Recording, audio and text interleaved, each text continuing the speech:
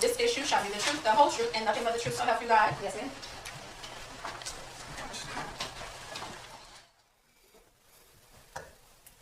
All right. Good morning, Detective. When you're ready, Mr. Dean. Where are you from? Richmond Hill. And did you go to high school in Richmond Hill? Did. Are you a detective with the Chatham County Police Department? Not currently. Okay, but do you work for the Chatham County Police Department? Yes. Okay. When did you join the Chatham County Police Department? Late 2018. And can you describe your education leading up to joining the police department? Yes. In May of 2018, I graduated from University of Georgia with a bachelor's in criminal justice.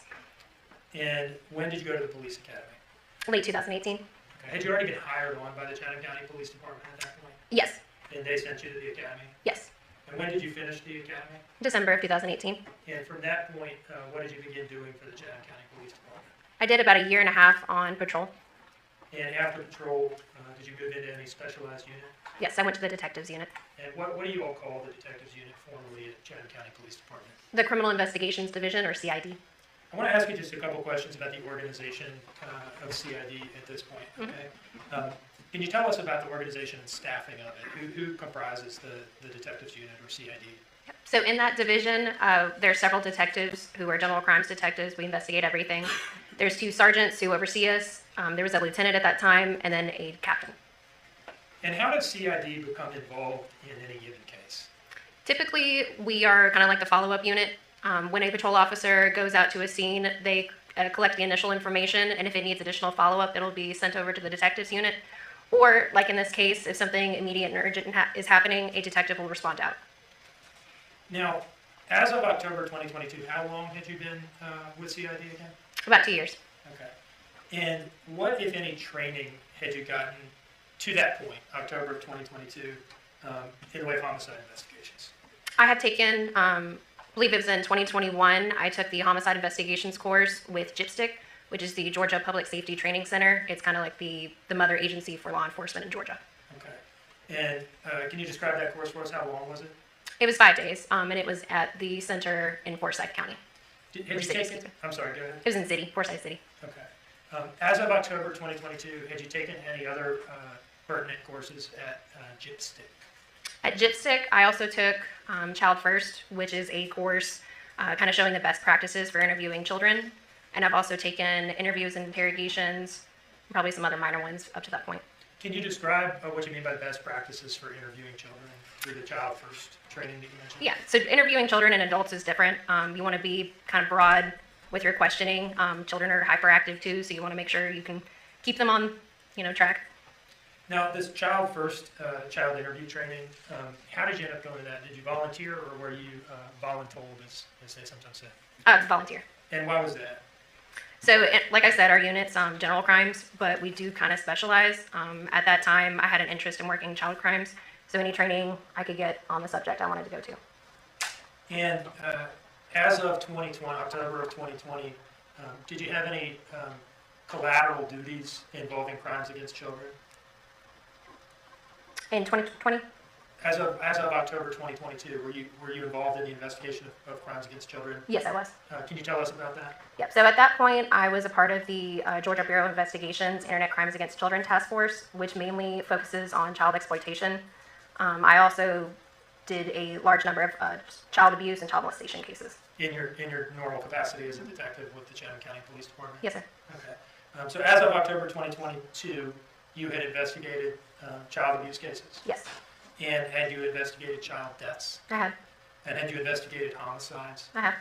And had you investigated any child abductions? No. And why is that? They very rarely happen, if ever. Now, your current positions, what are you doing currently? I'm currently at the Counter Narcotics team. Okay, what is the Counter Narcotics team? It is a joint task force in Chatham. It's a collection of different law enforcement officers from different agencies in the area investigating narcotics. And how long have you been with the Counter Narcotics team? About 10 months. Do you guys call that CNT? We do. Is that why when I asked you at the outset, are you a detective with the Chatham County Police Department, you said no? Yes. Okay, so you're tasked out to CNT? Yes. But you still get paid Yes. by Chatham County Police? Yes. Okay. Are you a task force officer with any other task forces other than the Counter Narcotics team? Yes. Can you tell us about that, please? Yes. Beginning last year, I was a task force officer with the Federal Bureau of Investigation's Child Crime Unit. And are you still on that task force? I am. And how did you get involved in that? So I had expressed my interest in working those kind of crimes, and I had worked jointly with the local FBI office on several cases, and I was asked to come over. Now, with that background, I want to ask you about October 5th, okay? And I first want to ask you about the scene. Did you respond to 535 Buckhalter Road I did. on October 5th, 2022? Yes. Okay. I think we heard one witness say that you may have been the first detective for CID present on the scene. Is that accurate? No. Okay. Who was there from CID before you? Detective Wilkins and Detective Noble. Okay. About what time of day did you arrive? Best of your recollection. I believe it was after 12. Okay. So when you got there, I'd like to ask you some questions to just kind of set the scene. Yep. Who was there and what was going on? So by the time I got there, both Detective Wilkins and Noble were there. Our forensics team had the drone up, and they were beginning kind of a grid search with patrol officers, and we had several outside agencies coming to assist in the grid search. Outside agencies, who are we talking about? Yeah, we had a bloodhound, I believe, from Beaufort or maybe Liberty County out there that was trying to track. We had mounted patrol from Savannah was out there. Our Marine Patrol unit was out there, and I believe the Sheriff's Office as well. Mounted patrol, meaning horse Horses, patrol? yes, Okay. All hands on deck. yes. Did you yourself ever enter the residence during your period of time on scene? Yes. And how did that come about? I asked Sergeant Stewart to kind of give me a layout where everyone was staying, what the house looked like, since he was already familiar with it. Okay. And did you go in, where did you go in, and what did you look at? I went through the front door into the main living area for the family and looked at where Quinton's playpen was. And what did you make of the playpen when you looked at it? Any observations that you remember? It was covered in stains, specifically, a large one on the pillow. Okay. And what did that stain to you appear to be? Vomit. And did it smell like vomit to you? Yes, immediately when I walked through the front door, I smelled vomit. Okay. One moment, please. I'd like to pull up a picture for you.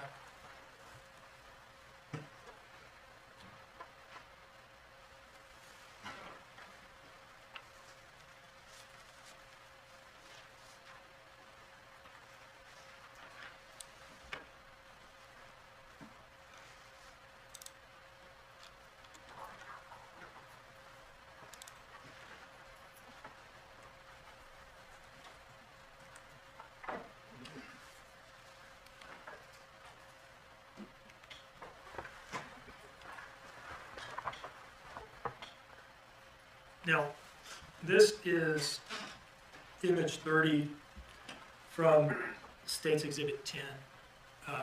Is this the pack and play that you're describing, looking at? Yes. You said it was covered in stains.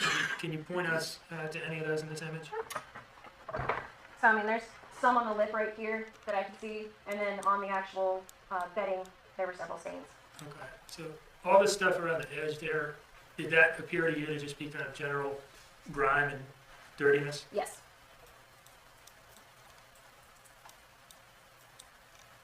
Did it appear to you to be blood?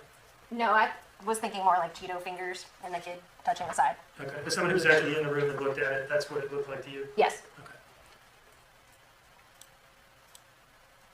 Now, this is image 32 from State's Exhibit 10, and Officer Schenker, I think, said it appears redder on the screen than it appeared in the residence. Do you agree with that? I do.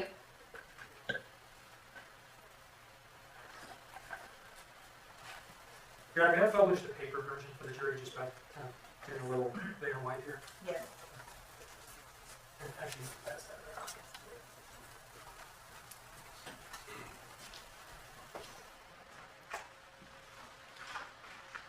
around. Just to be clear, did this substance appear to you to be blood? No. You said it looked like vomit? Smelled like vomit, yeah.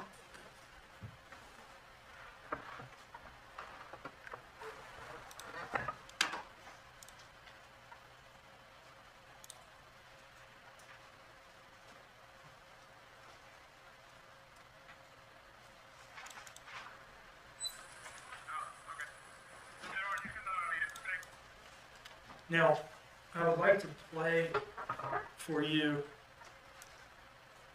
a brief portion of what's been introduced into evidence of State's Exhibit 2 and identified as Sergeant Bobby Stewart's body-worn camera footage. Was your observation of the pack and play captured on his body worn camera? It was. And did you make any statements while looking at it, at the pack and play, about what it smelled like? Yes, I immediately said it smelled like vomit. Smelled like vomit? I'm trying to get just right to the right spot here. Is that the exhibit? Is that the exhibit? Yes. Okay, you can hand that back to the state's team. Okay.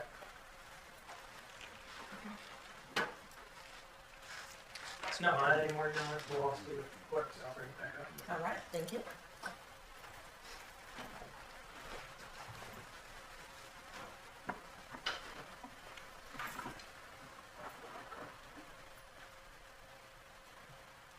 All right. This is State's Exhibit 2, correct? I'm not sure on the number, but I do remember seeing it. Okay. In any case, what's the timestamp at the top right corner? It is 12/31/20. All right, what are we going to hear you say in this bit that we're going to play? That it smells like vomit.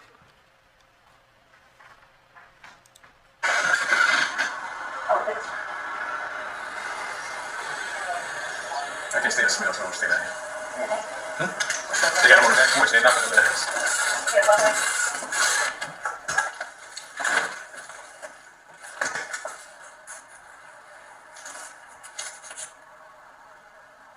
It smells like vomit. All right, I've stopped the playback at 12:31:50 on the timestamp in the top right corner of State's Exhibit 2. Did you see anything that looked like blood in the residence in that? No.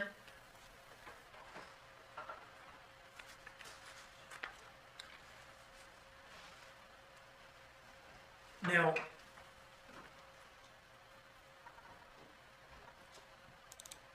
in State's Exhibit 3,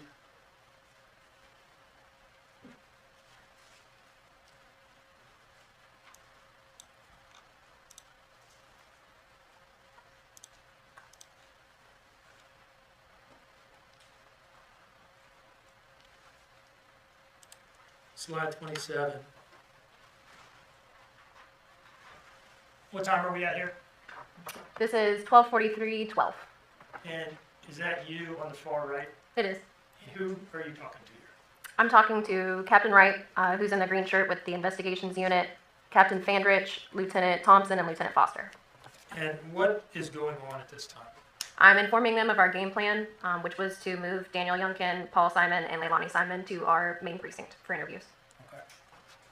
And did that happen shortly after this exchange? It did. Okay. How was that arranged logistically? Some of the patrol officers on scene drove the adults over. And did they all agree to go in? They did. Now, where did you all go? I know you've mentioned it by some kind of shorthand. Yep. The precinct or something like that. But can you describe in a little more detail where this place is and what it is? It's the Chatham County Police headquarters on Chatham Parkway at 295 Police Memorial.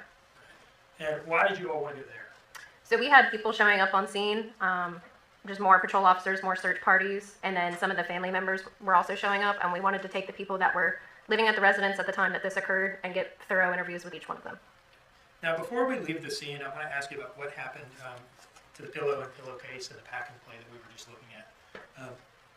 I believe Officer Schenker testified that that was taken into evidence. Yes, And was the entire pack and play taken as well? yes, Okay. Now, was that pillow and pillowcase and pack and play put into the property room or evidence room at the Chatham County Police Department? it was. And did you eventually sign it out? I did. And did you give it to FBI agent Savannah Solomon? Yes, And was that so that she could send it to the FBI lab for potential forensic analysis? yes, it had to be shipped to Quantico, Virginia. And you were the one that signed it out and gave it to her? I believe it was me, yes.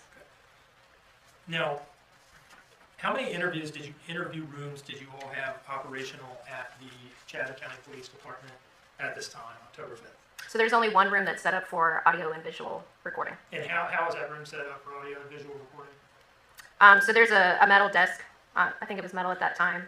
There's a desk in the middle, and then several cameras that are pointing towards one specific wall with whoever that you're interviewing sits against. Now, is the entirety of the precinct that you're describing open to the public? Like if somebody off the street walks in and wants to walk around, can they access every part of the precinct? No, they can't. Can you describe what you mean? Yeah, so that precinct shares a building with the tag office. And once you get to the police side of it, there's locked doors with the police insignia on front. You can't get past those unless you have a key card. And then specifically where our interview room is, there's an additional set of locked doors you have to get through. Now, past those locked doors into the police side, where the interview room is, are there sensitive areas in there? Yes. Can you describe what those are? Well, we have patrol officer offices for all of the command staff is there as well. Forensics is in there. We have our secured property room and records and dispatch. Okay. So when a normal citizen is back there, is it routine for them to be chaperoned or monitored by a police officer at all times? Yes. Okay. Now, when you arrived, was the defendant already there? To the precinct? Yes. Yes. Okay. Was there anything that you did between leaving the scene and getting to the precinct? Yes. Okay. And is that why she was already there when you got there? Yes. Okay. What was it that you did between leaving the scene, 535 Buckhalter, and going to the precinct? So I was told that there was a older child, I believe he was around 3 years old, Zane, and I wanted to speak with him as well as some family members. And where was he? Zane had been brought over to the babysitter, Michelle's residence by that time. And where is that in relation to this house, 535 Buckhalter? It's across the street about a block away. Okay. Did you walk there or drive? I think I just walked. Okay. Did you make contact with Zane there? I did. And his last name is? Wharton. Okay. Did you attempt to talk to him? I did. Interview him? Yes. Can you tell us how that went? It was First of all, what were you trying to ask him? just if he knew where Quinton was. I think I asked if he knew where Quinton likes to hide. I don't know if anything happened last night. Okay. And was that interview productive in any way? No. Can you describe what you mean? Zane was showing me how fast he could run at that time, so his focus was not on me. And it was hard to get him to acknowledge me, not only to answer my questions, but to just acknowledge my existence. Okay. So is it fair to say that the interview or attempted interview with Zane was kind of a bust? It was, And again, how old was he at the time? at 3. Okay. But you tried. I did, And again, you have specific training to interview children. yes, And it just did not work. I did not. Now,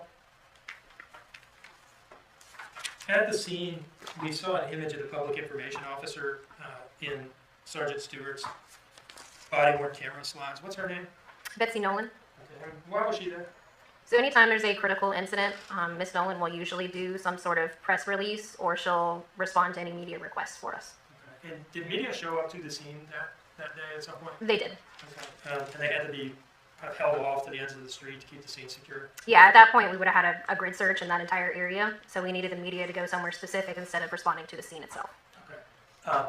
Is it normal for the public information officer to come out to deal with them?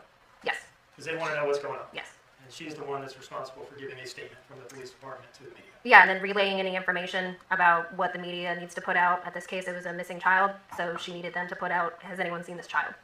Anything unusual or nefarious about Betsy Nolan, the PIO, having been out there at No. this scene? Okay.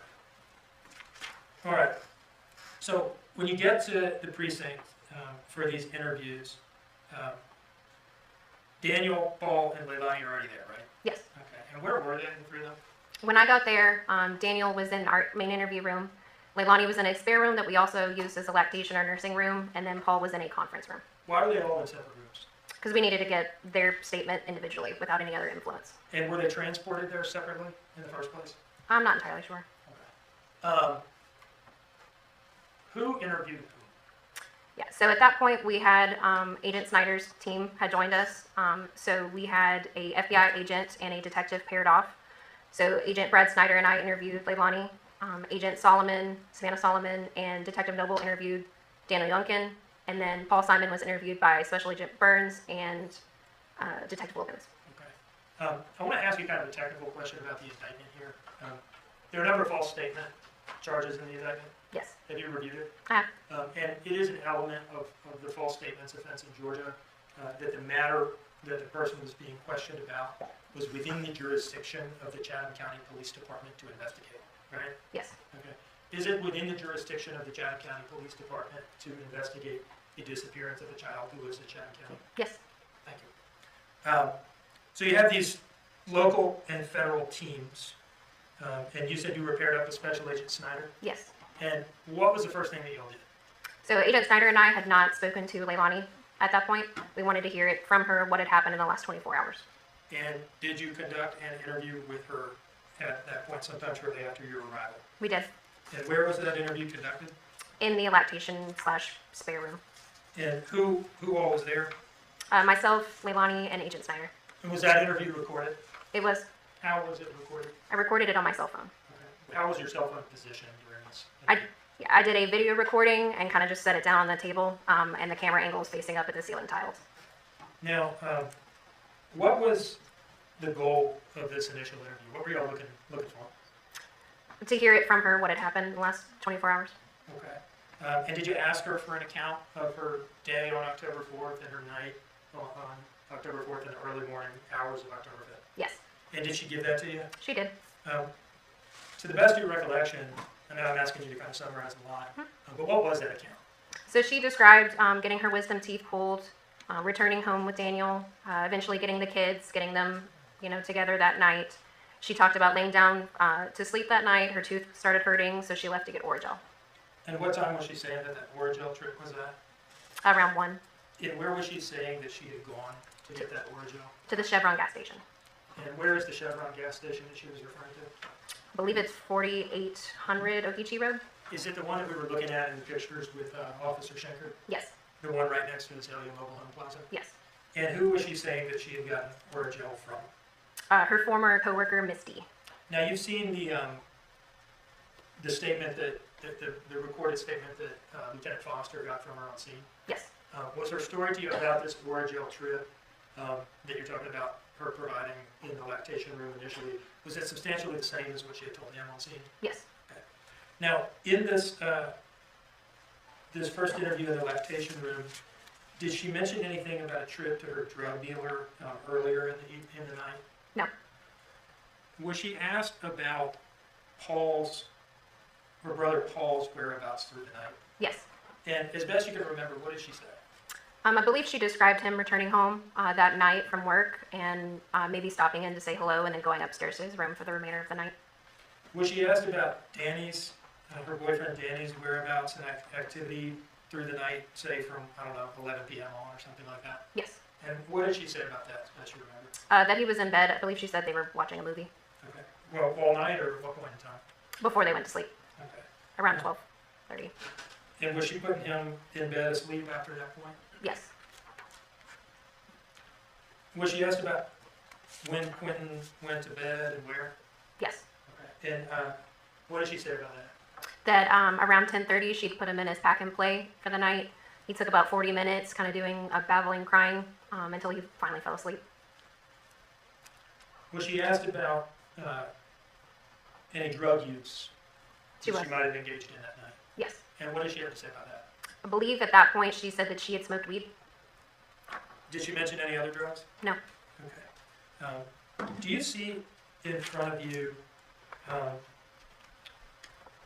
first of all, a disc marked as State's Exhibit 12?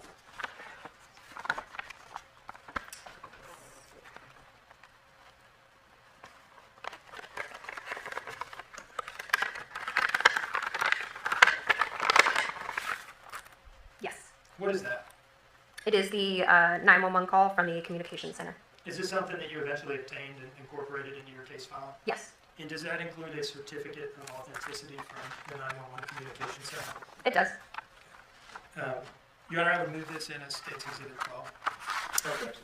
Okay, it is admitted. All right, so this is the disc containing the audio of the 911 call that kicked this whole investigation off, correct? Yes. Your Honor, I'd like to publish a portion of this recording at this time. All right, please proceed.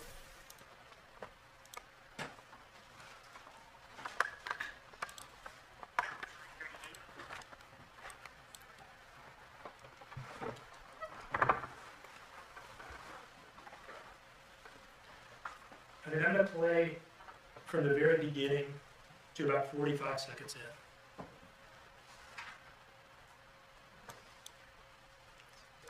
9:38:37 seconds, October 5, 2022.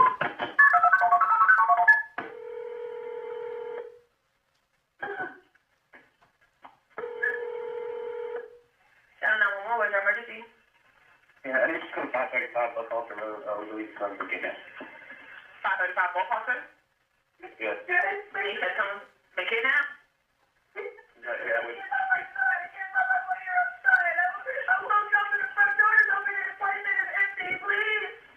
Your 1-year-old son? All right, so I've stopped the playback at 45 seconds in. That file's a few minutes longer, correct? Yes. Is it fair to say that the remainder of that is mostly Daniel Youngkin talking? Yes. And is that the male voice that we heard on there as well? It is. And there's also some of the defendant providing biographical information about her son? Yes. And which son did she say it was? Quinton Simon. At some point during the investigation, did you learn Quinton Simon's birthday? I did. And what was it? It's 1/8/21. 1/8/21. So that would that put him at 20 months old on October 4th, 5th of 2022? Yes. So that's the initial statement that gets the police involved to begin with from the defendant, correct? Yes. And what time was that call made? Did you catch it? I believe it was 9 and 9:40. You want me to play it again? Yes. Okay.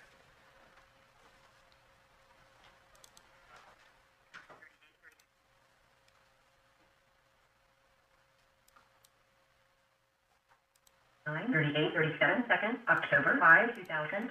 All right, what time was that call? 9:38 a.m. All right, so let's go back to the lactation room and your first interview. You mentioned you recorded that on your phone. Yes. Is that the only interview you conducted of the defendant on that day? No. All right. Do you see in front of you an envelope containing a thumb drive, the envelope being marked as States Exhibit 13? Yes.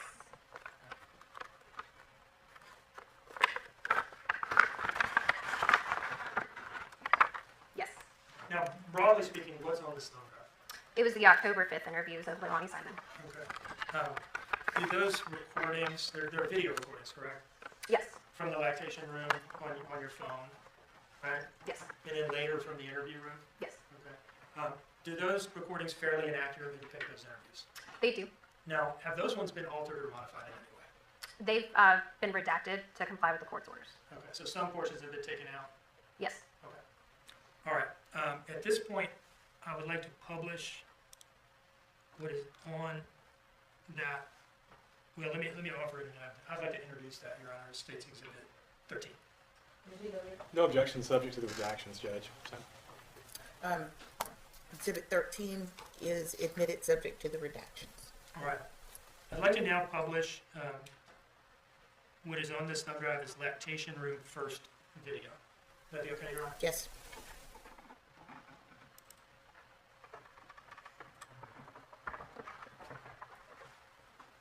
And actually, as I open it up, I realize that this is a 28-minute video, and it is 11:45. Would the court like me to proceed or not? I'm gonna have to very get consensus. The next video is close to 30 minutes long. We can play that now, or we can hold it until after lunch. Okay, the general consensus is head yeses, and we can move on. So let's go ahead and hear that video, see that video.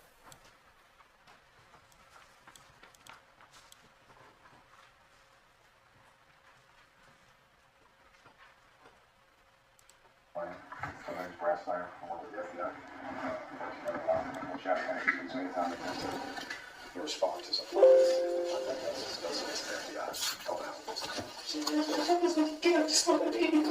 That's why he's here. I'm Detective Lemons. I haven't met you yet. I wasn't at the scene earlier, but I just wanted to come here and talk to them and get some more information too, okay? Can you spell your name for us? Leilani. L-A-N-I. Just one more time, I'm sorry. Leilani. And what's your last name? Simon. Two names or just one? What's your date of birth? 11/30/99. So right now, again, we're sorry for everything you're having. We can't imagine the emotion that you're feeling right now. But as difficult as it is, just let you kind of think back the last 24 hours. Just kind of give me, what you've been through in the past 24 hours. So we're talking 24 hours would be this time yesterday. So from about 1 o'clock yesterday I was like, my dentist gave me my wisdom tooth pulled. Okay. About this time today. Did you have your son with you? No, I were babysitters and I went to work and I left because of the amount of pain that I had. So I just went there and I had them keep the kids. Where are you working right now? Eclipse IA in Port Whitworth. Eclipse, what type of work is that? Warehouse. Warehouse. Loading. And all that stuff. Or whatever. So I called the babysitter and asked if they could hold a little bit longer. All the kids. She had all three of them. Because I was one B. I think I was her. I wasn't holding down. So that Any sort of hydrocodone or anything for the ibuprofen. ibuprofen? It's 800 milligram. I spent $15 on 800 milligram ibuprofen. That's all I went. So I went home. I took a nap. We'll see About how how long that was? we officially got about 2, a little bit after 2. I had about an hour and a half nap before we got out and got things going for the kids. And I made spaghetti before we picked them up. It's still in the fridge at the house. We went and picked them up and gave them all a bath. We had food. I sent Danny out to Red Box to get a movie for the kids and all of them for watch tonight. So that's there too. And I put them down to bed and Quinton he's a talker. He doesn't cry when he's tired. He just talks, babbles. So he lays there and talks to himself. It takes him about 40 minutes to fall asleep. He's like, blah, blah, blah, blah, blah. However long it is. You know, he finally fell asleep. It was probably 2:30. Finishing up baths, dinner, cleaning up, all that stuff was done for about 9:30, a little bit of TV time, and then, bed. Going back to bed. Oh, my mouth was really bothering me about almost 1 in the morning. So we called Circle K to see if they had orange out. So I got in contact with another one of my friends named Misty that I used to work with. Who has a lot of mouth problems, and that's her. She had a orange. I met her up there at the Chevron. And about called her. They got that and went back home. Y'all, it's been 12 minutes. I got it for my like 360. I can show y'all right around everything that's on the left bills I get back. Get home, put it in my mouth, check all the kids again, they were all good. What time was that again? It was 1:25. I looked at my app when they asked me to. Then I got home. Because I was going 12 minutes. Literally what it showed. And I go there, put it there. I checked the kids. Everybody's good. Sky. She's out asleep on the couch. Quinton, not like this, and his playpen, and his hand with a tablet on his chest that I wasn't touching. And so I go to bed. I wake up about 9, almost 9. And I was supposed to go to work, but because of this, I was just going to stay home today. Which is why none of the kids had the babysitters. When I get up, the front door was partially open. I was leaving that wide open. The door's never open unless somebody's out. Normally, ever. So I get up and go shut it. Not even thinking nothing about it. I just got out of bed. The door's open. Let me shut the door, and I turn around and check on the kids. Sky's there. Zane's there. Quinton's not there. So I searched the house, under the bed, behind the couches, in the closets, in the cabinets, outside, everywhere. The pool, everything. Couldn't find them. I called Jeremy. Did you take them to the babysitters just to give me an easier day or something? Did you forget to tell me, or did you tell me and I not remember? He's like, no, he was there. He was sleeping in the living room this morning. I was like, well, he's not there. So then I called the cops and I called Michelle, which is the babysitter, to try to help me look a little bit farther out. Because I got 2 kids at the house and it was my brother was asleep. And I had 2 kids and it was just me searching and screaming and I couldn't find anything at all. I couldn't even find this copy hat. Put it in the bed. You couldn't find his Couldn't find his cup. Yeah, cup? his cup. And he had a little Mickey Mouse stuffed animal toy. He went to bed with. I wasn't in the bed either. Does Quinton take any medication at all? Does he have to? No, he only had one mental issue, which would hopefully fix itself by the time he reached age of 10. And it's that one of the arteries, one of the main arteries to his heart, doesn't pump like it's supposed to. And that's the only issue he had at all. This boy was walking before he was even 7 months old. It's a smart little boy. Has he ever, describe me his bed. Is it a crib, a playpen. A playpen? We did playpen for him. Okay. Has he ever gotten out of the playpen before on his own? So he doesn't. He cannot get up on his own. The boy can't even get his foot up there if he tried. So he can't step on something. There's nothing in the crib. Nothing in the crib but a pillow and a blanket. And that's the only thing he had. The only time he's ever managed to get out of it was with my oldest son's help. He'd come and grab the side of the playpen and would quickly let him out. Nobody would step out in front of my oldest. And he'd come grab that playpen and snatch it down and get his brother on out. But the playpen's always knocked over when that happens. Everything's out of it. The part that you lay in the, whatever, out of it. Everything's out of it. Nothing was flipped over. Nothing was missed. Nothing. Oh. And you have full custody of Quinton? No, my mother does. Okay. I found myself in a very hard situation where my boyfriend at the time left me and I didn't have no job and my car broke down when he said it had transportation. So I voluntarily signed over in temporary custody to my mother until I could get up on my feet. I've just now recently got to where at the end of this month we were supposed to be going to put money down in the house. It's a 3-bedroom, 2-bath for all of us. So after that happened, we were going to begin the process of giving me back the custody and legal rights. And your mom lives with you? That's her house that we were at. And I was like, since she has temporary custody, you know, I wanted to make sure, we would all want to make sure that the kids they were supposed to be legally unbooked, you know, because like I could have had to move up to North Carolina, even though it's a little 2-bedroom apartment. I could have done that after, but I mean, I was homeless for 2 months before I even got that. So, we're going to be okay, y'all. I know. It's so little, it's so sweet. It's so sweet. I can't imagine what you're going through. I wish I had some tissue. Do you have any tissue right here? Is that any tissue? No, I got serious I don't need any clothes. Okay. And I broke it. What is that? I broke it. I am familiar with it. We're going to, you can rest assured, that everybody working this is going to do everything feasibly possible to help find your son. Okay? My father, him and I have never been on good terms since before I found out I was pregnant. He stopped talking, and 3 weeks later I found out I was pregnant. So, like... What is his name? The father's name is Henry Moss. Okay. He goes by Bubba. Okay. And, When was the last time you saw him? I haven't seen him in over a year. Does he know where you live? He does. Because I try not to be like every mother out there. So when I moved back down here and I knew that it was substantially closer to where he stayed at, I was just like, well, this is where I'm at. If you want to see your son, let me know. Here's his address. Or if all he was trying to do was use Quinton as an excuse to get in my pants. So I stopped denying him to visit his son. When did you do that? 4 months, 5 months ago. 4 or 5 months ago. Started denying him. Started ignoring him. We blocked him on everything. The Facebook that I have tried to pull him out was a new one that he recently sent me a friend request for. So I can see if I try to get in contact with him, but I'm blocked on that. We still have no contacts, no numbers. Are those still on your phone? Huh? Are those messages still on your phone, maybe? I don't know if it's still on that phone. I have multiple different phones. I have like 3 Facebooks. Yeah.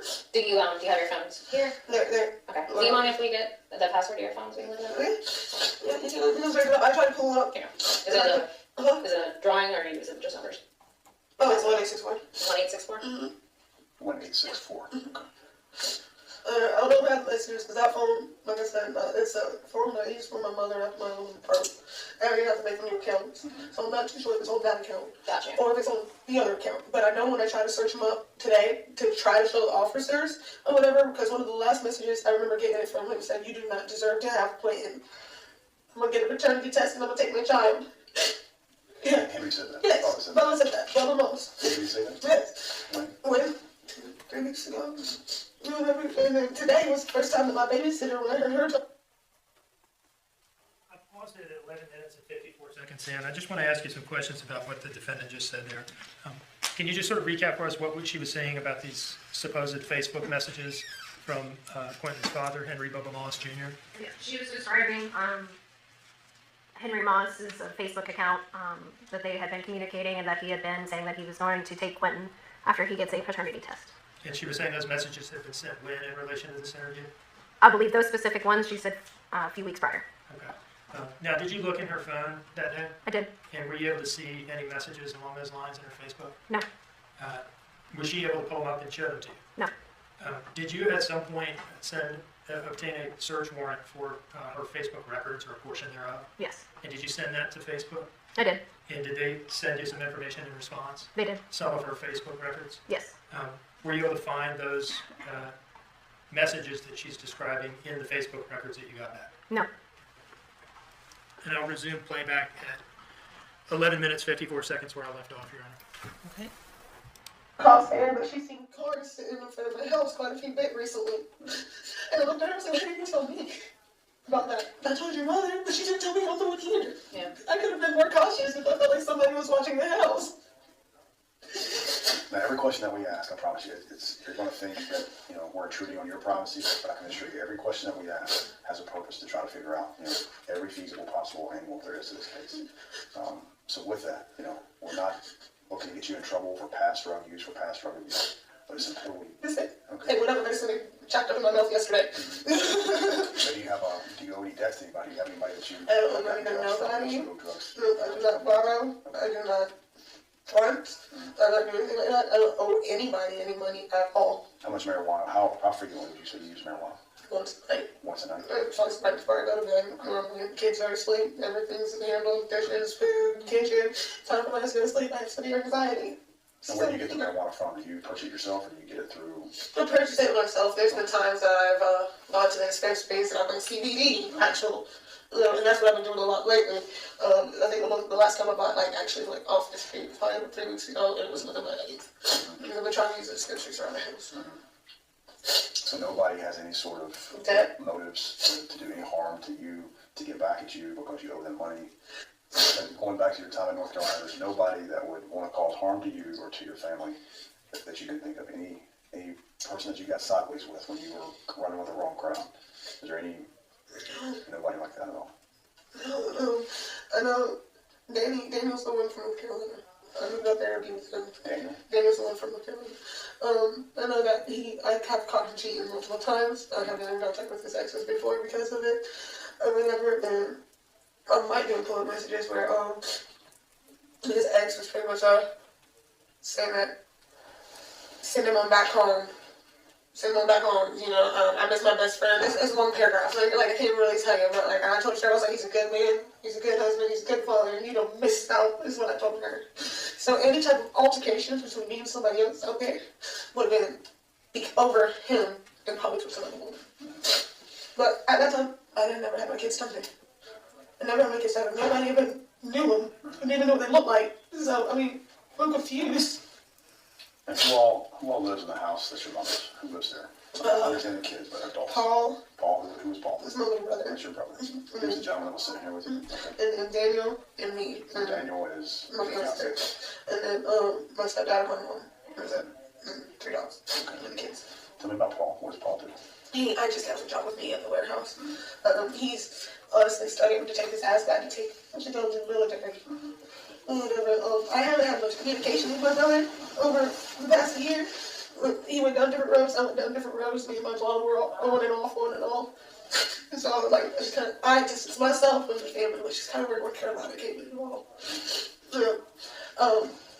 He just finished his GED. He works 2 to 10 shifts. So he goes in at 2 o'clock in the afternoon, comes home at 10 o'clock at night? Yeah, so if he's leaving, normally it's 1:20 when he leaves, and by the time he gets home, it's about 10:30. Is he driving himself there? Yeah, he drives a white Silverado at the house, and he's, which is my stepdad's truck. My brother just got permission to use it. I'm supposed to be taking him to go pick up his truck from Midway sometimes in the week. Is that part of the house now? Yes. Okay. The Silverado's at the house, and my Dodge is at the house. Okay. And Paul was at the house when Quinton was missing? Yeah, because I got up and I started yelling and screaming for anybody, and everybody please just come help me. I couldn't find him. Where was he? My brother was upstairs in his room. I went to the other side of the yelling, please come help me, I can't find Quinton. I think one of the very first things I said to him was, please tell me for some weird reason he got him upstairs. He got up, he came out of the trial. Is Quinton a kid that, I know you mentioned he talks himself to sleep, but does he cry? Does he cry himself to sleep ever? And he's like I can't even explain it, he just lays there, babbling, he goes on and on and on, most of the time it's not even words, and if it is, it's mama, eat, tea, play. What kind of relationship does Paul have with Quinton? They're playful. When Paul gets home, if I need help, he is very helpful with the kids. If I need him to watch the kids while I'm cooking, if I need him, anything like that, cleaning wise, or he'll just go in there and lay on the floor and play with them and the kids, with the dog and the kids, and toys. That's normally it though. Maybe hang out and play an hour more a day. Because normally I kind of try to keep all my kids inside the house, but I wasn't installed up and running through the house trying to clean up everything all day long. Any reason at all for Paul to leave the house after he got home? What time? He gets off work at 10, so what time do you normally get home? At 10:30, and then he gives his friend a ride when he goes 11. So what time did you get home last night? 10:40. 10:40. Do you know whether he left the house after 10:40? He didn't go nowhere. So from 10:40 until you went and woke him up at about 9 o'clock. He was upstairs in his room. And no indication that he left. You didn't hear the door open. Nothing. The door opening, the truck didn't even look like it was moved, and the sliders were like that. So from your perspective, 100%, Paul was at the house from 10:40 until you woke him up this Yes. morning. Okay. Yes. What was Paul's initial reaction when you went up and said, "Hey, Quinton's missing"? I see that shit. He jumped up and he kind of looked like freaking out. He was like, "What are you talking about? What do you mean Quinton's missing?" I was like, "He's missing. I can't find him. Come help me." And I started running back down the stairs. And opening closets, because I know there's closets and everything, under the sinks, everything. And Paul was out there running and chasing and looking, and finally looked at him and I said, "Call Mom." So the first phone call that went out, was that a phone call that Paul made or a call that you made? The first phone call that went out was when I made to Danny. When I got up and I shut the door and I went and checked on the kids and I noticed that he wasn't there, that was the very first phone call that went out about Quentin being gone. The second one would have been to Michelle or whatever. And when she said that she didn't see anybody coming to the house and nobody picked him up, didn't see nothing like that, and then she came over and tried to help look as well. And she was like, "You want to check the closets again?" I was like, "We check the phone calls. Where the phone calls?" The cops were called by 9:30. And you made that call? Yes. I made a call. Okay. Did Danny make any calls? He attempted, I think he was trying to, but something was going on with his phone. Which is why I was wondering if making the call. And let's talk about Danny. So how long have you and Danny been dating? Or have you been engaged? We've been together for almost 2 years, engaged for the past year. So Danny and Bubba, they're aware of each other? They have never met or spoke to each other at all. Never. I don't even think. I know Danny knows what Bubba looks like. Bubba don't know what Danny looks like. That I know of. That I'm aware of. So there has been no altercations between Danny or the other fathers to my kids. There's no altercations between them at all. I try to be the middle person about everything. So what's Danny's routine? Any given day, what's his daily routine? What does he do? His daily routine, normally, if we gotta work, he's up normally about 5. He gets ready to start taking the kids to babysitters about 5:30. Because normally I'm going to sleep another 10 minutes. Since I said I'm going to get dressed. Then we go to work. We get off. Y'all rather work together? Yes, we work the same shift, 6 to 2. 6 a.m. to 2:30. Today just happened to be your day off. Today just happened to be. I was to school yesterday and I wasn't going to work. So about that, when he gets off, we can't leave the warehouse at all once we get there. So there's no going out for summer for lunch or nothing like that. So when he gets off, we normally stop by the convenience store or gas station or something to drink, snacks, sometimes snacks for the kids or dinner. And then we go straight from there to pick up the kids. We pick up the kids and we go home. Daddy normally cooks dinner while I'm getting the kids adjusted from getting home. So when I take them inside. Last night, did he cook the spaghetti last night? Or No, I cooked the spaghetti last night because no seasoning. No seasoning. No seasoning. So when Danny got home from work last night at what time? 4:30? No, it was we left work together yesterday. For my wisdom tooth. Because I knew I wasn't gonna even drive. They were gonna inject me or whatever. So we were home early yesterday. We didn't pick up the kids until 4:30. I wanted to know. But because we had before we were there. What did y'all do when you got from the time you got home until 4:30? Or just hanging out the two of you that? We did like clean up the laundry, setting the meat up for us. We got cutting up the sausages and mushrooms or whatever. And y'all were there in the house together? Yeah, we were there together the whole time. I think he went up to the store once for a beer. That was it. What time would that have been? Probably 3:45, right before we had the kids. And then, did he leave the house at any other time between, once you went to get the kids, you came home, you ate the spaghetti, did Danny leave between that time and 5:45 this morning?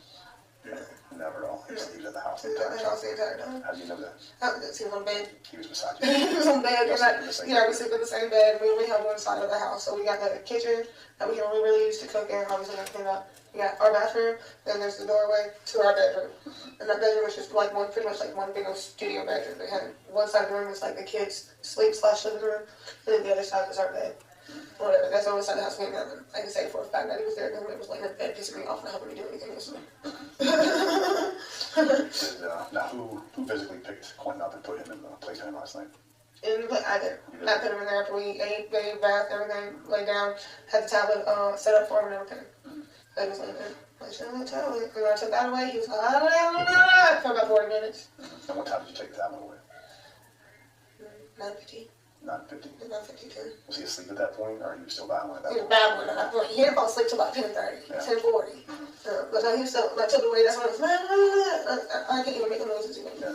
So during that time when you hear him babbling, you don't go in there and check on him, you just hear him. Yeah, we hear him babbling the whole time, or whatever. The way that it is set up, honestly, checking on him, I just sit like this on the bed and see him. So I'm just hearing him babble. It's when it gets quiet that I check. That's when I'm worried. So when it got quiet, that's when we went in and checked. I'm 12 something before I left to go get some orange now. So I checked again. Sleep. Where was Daniel when you went to? Thank you. I think we need to take a brief pause. I'm going to ask the jurors to step into the jury room. Jurors exiting.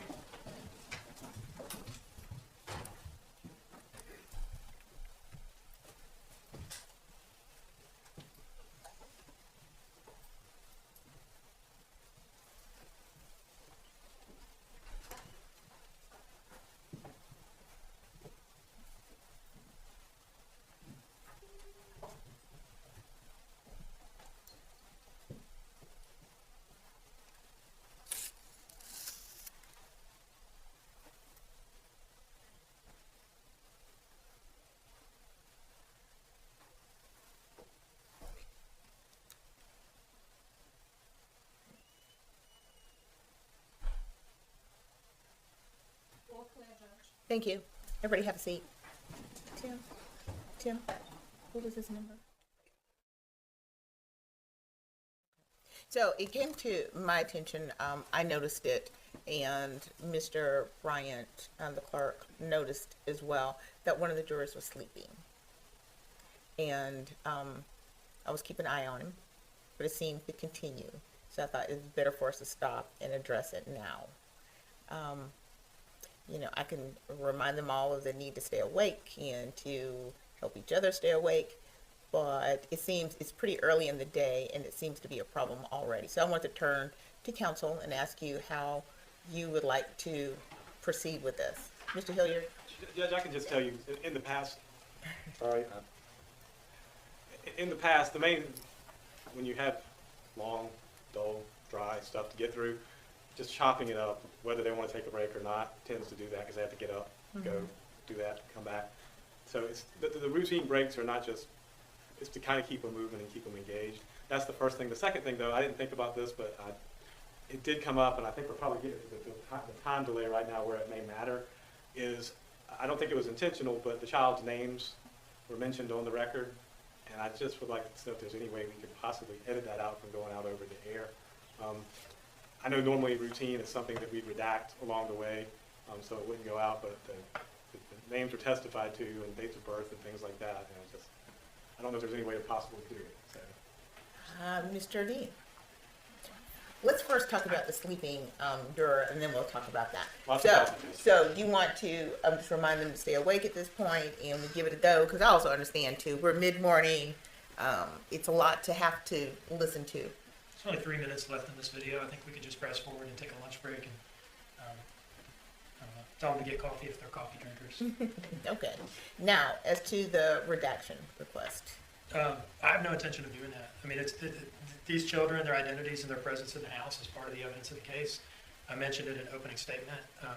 The involvement of other surviving children is one of the reasons that I objected to the presence of cameras in the courtroom to begin with. I understand that based on the aspects of Georgia law that impose a strong presumption for open access, that the court made the court's ruling on that. But I don't see any way around it. I'm not going to do an entire trial where I'm referring to these children as Z, W, and S, Y. It's just unmanageable. I'm not asking them to do that. What I'm asking is that their personal identifying information like dates of birth and full names just not be aired. He can do whatever he wants. The request really has more to do with what goes out over the television, Judge. And it doesn't have anything to do with Mr. Dean or his presentation of the evidence. I understand. He can do what he needs to do in here. But that information going out is what my concern is about the children. So I understand that. So are you asking, for instance, that Detective Lemons not use the entire dates of birth of the children? Not using dates of birth or any personal identifying information, and if the media could just maybe bleep the full names out. I'm not asking them to censor themselves. I understand they have to do what they have to do, but it doesn't have to be aired. That's my only real concern, Judge. Okay. So I'm hearing dates of births, personal identifying information, And I really don't know anything else. The date of birth, I believe, was given for Quinton, and I understand that. I don't recall hearing that for any of the other children. I think Zane's full name was given, if I'm not mistaken. Like I said, I'm not trying to hinder the state in any way, shape, or form. It really has more to do with Zane and Scott, at this point. So I'm just asking if maybe they could bleep it or modify it or in some way, shape, or form, change what happens before they send it out. I know we're on a 30-minute delay. They have a few minutes where they can do that and at least edit that. That's all I'm asking. It's just to protect the children's identities. And other than that, like I said, I understand the state has to do what it has to do. First, I do understand that you're not trying to affect how the state presents this case. I get that. And you bring up the point that we do have a 30-minute delay with the media. So I would ask the media to not publish full dates of birth of the children. You can use the birth year. And not to publish first and last names of the other two children. And that seems reasonable. It doesn't hinder the state, and it does protect the children. That's really my only concern in this, Judge. Okay, very good. We'll proceed in that way. And so let's, Mr. Dean. I'm sorry, far be it from me to intervene on behalf of Court TV here, but I did say their full names in opening statement. That's been released. I think their full names are part of the public record even before we got in here this week. So I don't know, imposing an order on them to redact like a last name every time somebody says it, I think is maybe a little burdensome, and I think it's kind of water under the bridge at this point. You know, I do think it's burdensome. I do think it's water under the bridge. I think that we're going to proceed as we have been. So I am not going to impose that restriction on the media. It's a 30-minute delay. I'm not going to impose that restriction on the media. That information, some of that information is already in the record at this point. We're going to proceed. Mr. Hilliard, I do understand your concern for the identities of the younger children or the other children being not published, but we're going to proceed as we have been. I made it up, Judge. I understand. Thank you, sir. All right. Please bring the doors out.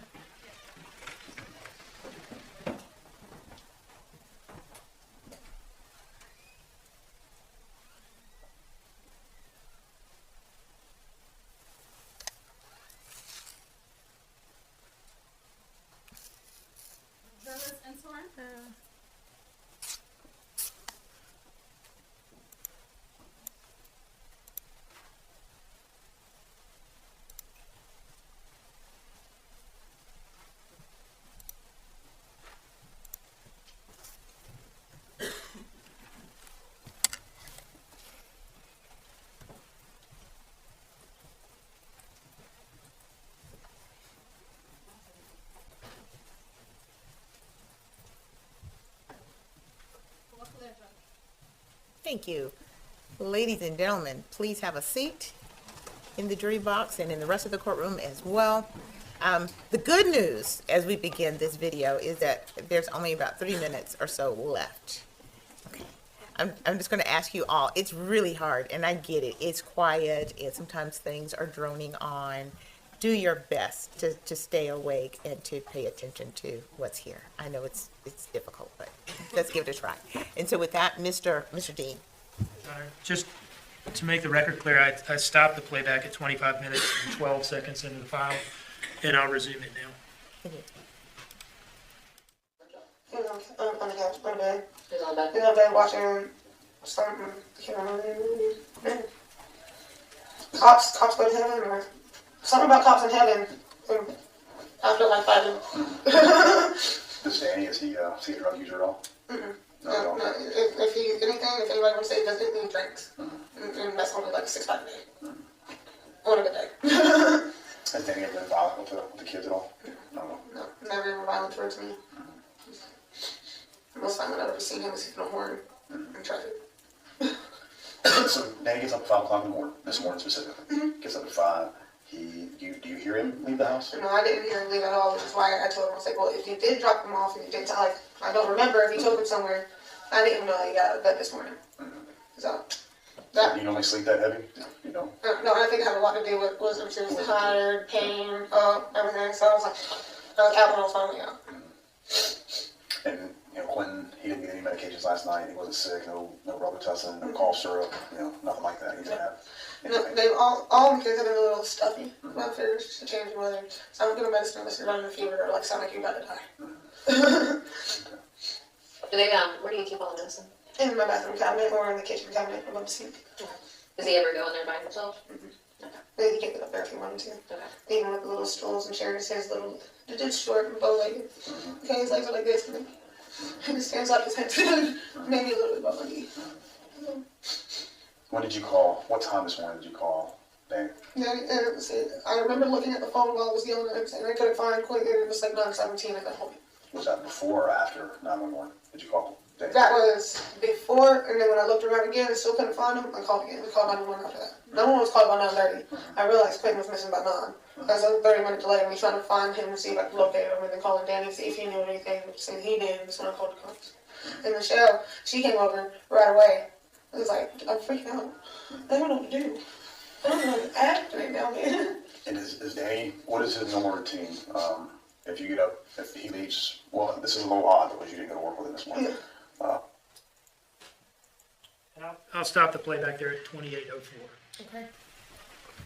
Thank you. So I think this is as good a time as any to take a break. Ladies and gentlemen, I am going to release you now for a lunch break. We're going to break. The time now is 12, almost 12:30. Let's aim to be back ready to go at 12:20. That'll give them an opportunity to eat, maybe get an opportunity to get outside also. What did I say? 1:12. Okay. Really bad math. So thank you for that.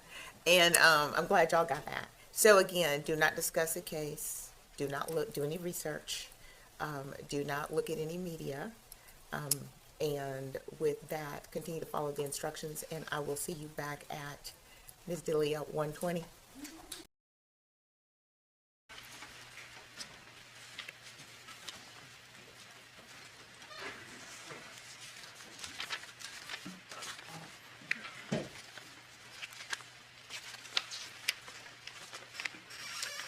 Now, when we left off before lunch, we had come to the end of what's in evidence as lactation room first video. How many video files did you film on your phone from that single interview in the lactation room? There's 2 separate ones. And why are there 2 separate files? So at the end of this first video, I got a phone call on my phone that was recording it, and I took that phone call. Okay. And how long were you gone? Did you leave the room for that? I did. Okay. How long were you gone? Probably less than 10 minutes. Do you remember what the phone call was about? It was someone from the scene. I don't remember the details. Okay. Somebody from the scene was calling you about something. Yes, Did you return to the lactation room? I did. And were Special Agent Snyder and the defendant still in there? Yes, Okay. And did you resume recording? I did. When you resumed recording, what was being discussed at that time? Do you remember? When I walked in and started recording, they were talking about the smell of vomit or vomit that was on the pillow. Okay. Your Honor, at this time I would publish the second video. This is on the thumb drive introduced as State's Exhibit 13 as lactation room second video. Give me 1 second.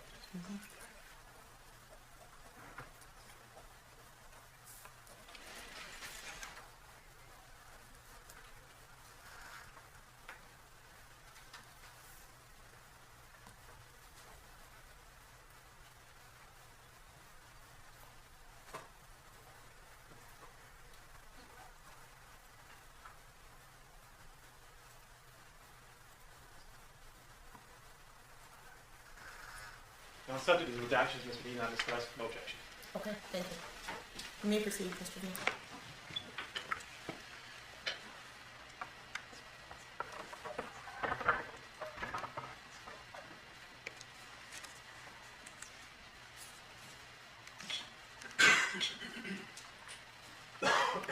All right, I've displayed on the monitor the opening frame from lactation room second video. Whose feet are we looking at here? Leilani's and Agent Snyder's. Okay. And I will play, I begin the playback just from the very beginning here. I've been, so last night and Tuesday, so Monday night, Yeah. gave him a cookie. Yeah, we got a cookie and then play, Tyler would play good or whatever, and got text on it, we wiped it up. It didn't look like a whole bunch. I didn't change filters yet. I was like, change it tomorrow. What kind of cookie was it? It's a vanilla with the vanilla Vanilla cookies. flavors. Yeah, the great house, right? But you recall there's nothing else that he's gotten sick on or anything in the past 2 or 3 days? Nothing at all? Anything about sickness at all would have been like, So pause the playback at 37 seconds. And Your Honor, may I remain seated for this portion of the questioning? Yes. Thank you. Was this agent, Special Agent Snyder, asking her some questions designed to get at the origin of the apparent vomit on the pillowcase? Yes. And what did she say there about that? That it had been a cookie that she had given Quinton prior to this day, and that she thought she'd cleaned it all up, and that he must have vomited or spit up on the pillow. She was saying that that was something that happened on Monday night? I believe so. Okay, let's just play that Yeah. bit again. We'll take it from the top. First of all, what day was this? This was a Wednesday. Wednesday, October 5th? Yeah. Okay. So that would have been, so last night would have been Tuesday night, so Monday night, yeah. gave him a cookie. Yeah, we have a cookie in the bed, like, towel in the plate, and everything, objects, we wipe it out. It didn't look like a whole bunch. I didn't change filters yet. I was like, just change it tomorrow. What kind of cookie was it? There's the vanilla, with the vanilla cookies. Vanilla flavors. Yeah, the great house, right? But you recall there's nothing else that he's gotten sick on or anything? I'm going to pause it again at 30 seconds. I'm sorry to belabor the point, but I just want to make sure we're clear on what is being said here. Did we hear her say that he had spit up some of that cookie on Monday night, that she had wiped off the pillowcase, but had not yet changed it? Yes. Okay. Resuming playback at 30 seconds in. Past 2 or 3 days? Nothing at all? Anything about sickness at all would have been like a month ago. We had ear infection. Okay. I know that Zane has an ear infection now. Now, if they were passing it back and forth, if he did throw it after I went to bed last night, I don't know. I got this morning, there was nothing there for me to look at. I don't know. Okay. So, just to kind of rehash some of this stuff, you know, in summary, there's no one that has any sort of motivation to do harm to you or any of your family. You don't have any sort of financial debts, you know, related to drug use. No one that wants anything done to you or any of your family as a result of something that you've done. Correct? Not nobody that should at all. Now, I can sit here and look at you straight in your eye and say, but on top of my head thinking, I would not think of anybody that would actually want to hurt us, or Danny, or my kids, especially Quinton. Do you understand how sweet that baby is? And your mom, I mean, your mom, upstanding lady, doesn't She have. is an upstanding lady. She has a long, drawn-out criminal history. A couple weeks ago, me and her did get into it. I'm going to stop the playback at 2 minutes in, and I'm going to advance to 2 minutes and 6 seconds in. Just giving 6 seconds to the file there, Your Honor. And I'll resume playback at 2 minutes and 6 seconds into the file. Because she said, well, laundry basket went under there. Both the kids were there, so I just got the kids. And I went to her room, tried to distance herself. She followed me to the room, and she pushed me again. I called the cops, and they're like, I'll probably pull up that police report. Or whatever. She pushed me again, so I called the cops again. I wasn't calling the cops to get somebody in trouble. I was calling the cops to prevent the negativity and violence around the children. Okay, so that was the most recent, What did we just hear her describe there? Was that an altercation with her mother that had happened recently? Yes.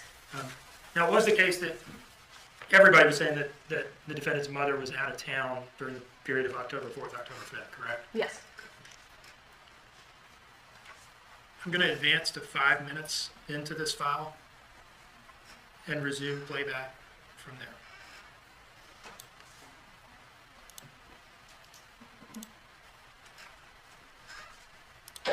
No chance that you, because of your wisdom tooth and, you know, whatever that you're taking, and it's just ibuprofen is what we're thinking is for sure. No, that's what they prescribed me. I don't know what shots they give in the mouth, but they gave me 3 different shots on the side. My whole time my face was numb, even like 6 hours, 8 hours. It's still not over here. Did you, in your sleep, you got a history of sleepwalking, did you grab one and let him go to the store with you because you were concerned about him and you left the house at midnight to go to the Circle K? You got a history of any sort of sleepwalking or anything with your mental health? No, the last time I slept off, I was like 8 years old, maybe. Sorry, I was nursing. I was like 8 years old, and somehow I ended up outside of it.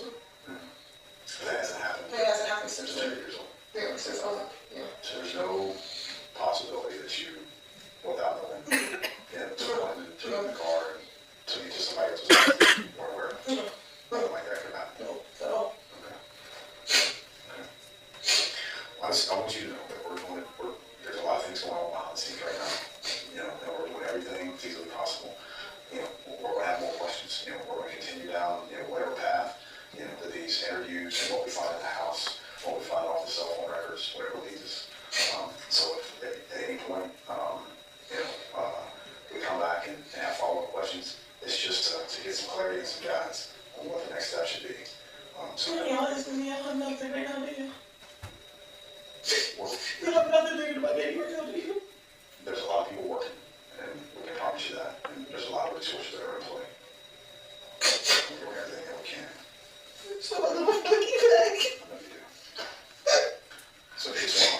You know, we have He communication. does respond to monkey a lot. If somebody does, if somebody reversible, like, he responds to monkey a lot. He don't really respond to Quinton. He don't respond to monkey. It's one of the comments that he was born. He don't hear this monkey. We have a victim specialist. Her name's Nancy Davies. Walk out here now, reach out to her. But unfortunately, we're going to get you back, you know, to your house whenever we can. That's going to be a long time. So if it's okay with you, just, you know, let us know what you need. We're going to get you some water. But if you just hold tight, we're going to be as comfortable as we can, you know, while you're here. Is there anything you need like right now? Anything we can do for you? We're going to get you some water. I'm like really so excited to consider it. So like, Yeah, we can do that. Anything else that you need right now? Okay.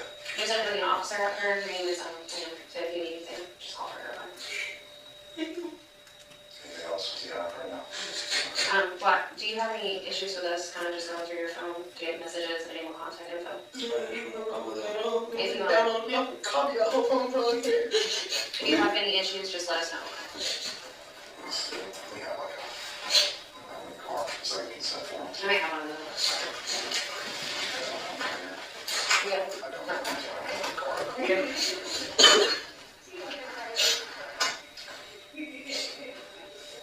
How do you say your name? Leilani. Leilani. I can imagine, you know, what you're going through. But you just, at this point, you have to trust the process. And we're going to do whatever we can to get you the assistance that you need. But truth be told, you know, we just have to, you know, work through the process, the steps, you know, ready to leave. And we'll do everything we can. But in the same respect, though, you gotta understand, like, you got to be transparent and honest with us. Yeah. And I think you have to this point. So I don't know what's up with my smoke. So if there's anything, you know, that you think of that could remotely lead to something as, you know, horrendous as this happened, you need to let us know. So if it's something that you're not proud of, that you're ashamed of, that you've been involved in, that you've done, like, we're not here, you know, to judge you. We're here to find harm and bring harm home safely. So that means exposing something that you've done.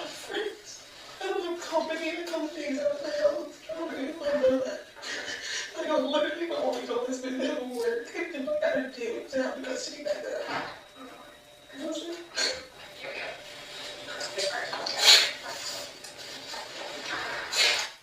I'll stop the playback at 10:42, 10 minutes and 42 seconds. You were gone from the room for a moment there, I was. and then we just saw you return. Yes. What were you doing? Grabbing a consent form. For a consent to search the phone? Yes. Which she had just orally agreed to that, She did. but you wanted to make a paper record of it? Yes. Resuming playback at 10 minutes and 42 seconds into the file.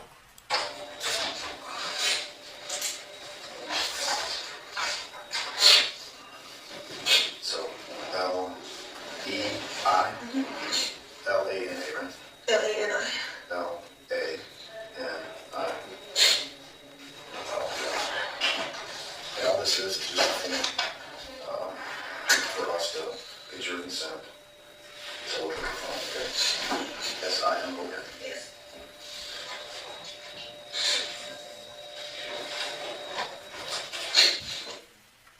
All right, so did you turn off the recording at that point? Yes. Okay.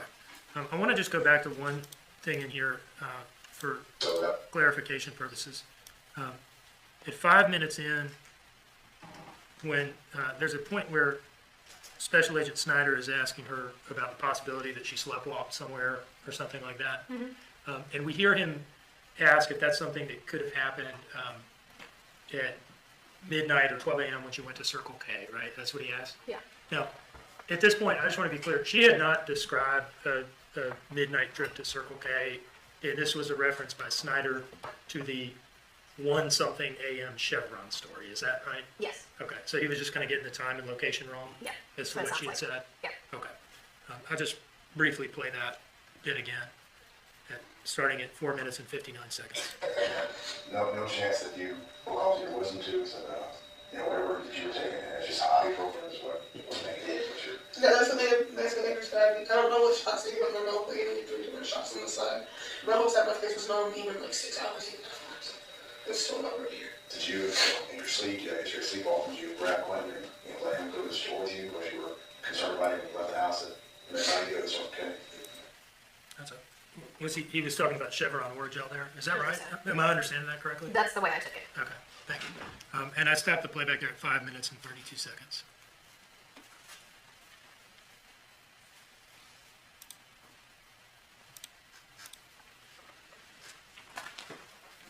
All right, so then that first interview in the lactation room ends with you all getting her consent to search her phone and her signing to memorialize that. Yes. Okay.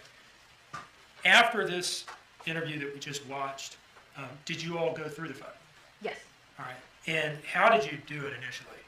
So the other teams had also asked their people, Paul and Daniel, the same questions if they would go through their phones. So we all planned to do a extraction of the cell phones in our system. I believe at that time I just manually went through the phone. Okay. I know you're not a forensics No. person, but what is involved in doing an extraction of the phone? So it's a big computer system, and you plug the cell phone into the computer system so you can make a copy of it. And it's a one-at-a-time system, and it usually takes at least an hour per phone. Okay. And who was doing this at the precinct that day? Sergeant Coleman, Okay. Did he do that with all 3 of their phones? he did. All right. So at the time that the defendant consented to your looking through her phone, you saying the machine was occupied with one of the other phones? Yes. Okay. And so you went through it manually, meaning what? I just actually took the physical phone and went through it myself. And while you were doing that, did you see in there a text that the defendant had sent to Daniel Youngkin the night before, saying something about, I'm turning on to 204 now, or I'm about to go to 204? Yes. Okay. And was that was that a trick that she had mentioned to you in this initial interview in the lactation room? No. Did you and Special Agent Snyder then go interview her again specifically about that? Yes. Okay, and where did that interview take place? In the interview room. Did you ask her about that text during this interview? We did. And what did she say that text was about? What was the initial story about that text? She said that she headed to 204 was the text, and that meant that she was going to the drug dealer's house or their location to meet up to pay off a drug front. Did she say how much the drug front was for? $20. Now, in the lactation room interview, she had given an account for the 1-something a.m. trip, correct? Yes. And what was it again? That she went to meet Misty to get Oragel at the Chevron. Now, did that story involve her making any phone calls? She had mentioned that she called Misty, and I believe she also said in that interview that she tried to call the Chevron or the Circle K. Okay, called the Circle K to see whether they had it? Yes. And which call was she saying had come before first and second? She tried the gas station before Misty. Okay. Did you look through her phone between interviews after the lactation room interview but before the next one? Yes. To see whether you could see any record of those phone calls in her phone? I believe I did at that time, or it may be one of the later ones. Okay. In any case, whenever you looked for that, whenever that might have been, did you see any record of those phone calls in her phone? No. Okay. Now, you've talked about going through the phone manually, like with it in your hand, scrolling through it. Yes. And seeing the 204 text, right? Yes. Did you later have an opportunity to review the full Cellbrite extraction? I did. Okay. And Cellbrite is the machine that Sergeant Coleman uses to do this? Yeah, it's the system they use. Did you find any record of those calls there during that more in-depth review of the phone? No, there was no call to the gas station or Misty. Do you see in front of you 3 exhibits marked as states 14, 15, and 16? Yes. Can you tell us what those 3 exhibits are? Yeah, 14 is the consent to search form for Leilani Simon's cell phone. 15 is the consent to search form for Paul Simon's cell phone, and 16 is the consent to search for Daniel Youngkin's cell phone. In those consent forms, were they all completed that day, October 5th, They were. by these 3 different individuals Yes. with the interviewers that were interviewing them? Yes. Your Honor, I would move these in as states 14, 15, and 16. No objection, Your Honor. I think it's 14, 15, and 16 are admitted.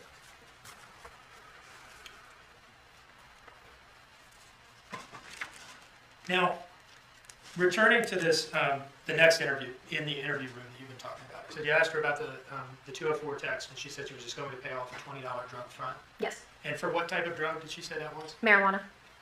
Who did she say went on that trip? Just her. Was she asked who exactly it was that she met? Yes, she did. And how did she identify this person? She referred to him as Red. Red? Red, like she the color. Like the color, you said? Sorry. Did she give you a description of Red? She described him as a light-skinned black male. Did she say when she had left the house? I mean. Around 10:30 p.m. And did she say where she had met Red to make this payment? By the Flacco's Tacos. And did she? So did it later turn out upon your review of the phone that this payment was actually made via Cash App? Yes. Now, what is Cash App? It is a kind of like an online baking application. Okay. Do you have to be physically present with someone to make a Cash App payment to them? No, you don't. Can it be done remotely? You can? Like if I'm at home and I owe you money and you're at your house, can I make a Cash App payment Yes. to you? At the time that she was saying this, though, did you know that this payment had been made via No. Cash App? I did not. Did she explain in any way why, if the drug front was to be repaid via Cash App, why she had to go meet the guy to do it? I believe she said that she gave him cash, like Okay. physical cash. Oh, is that right? I believe so. Did she give any particular reason in this first interview in the interview room for why she left the house at this particular time to do this thing? Like what was going on that caused her to decide to go do this? I think at this point she had mentioned that her and Daniel had had an argument and she wanted to get away from the house for a while.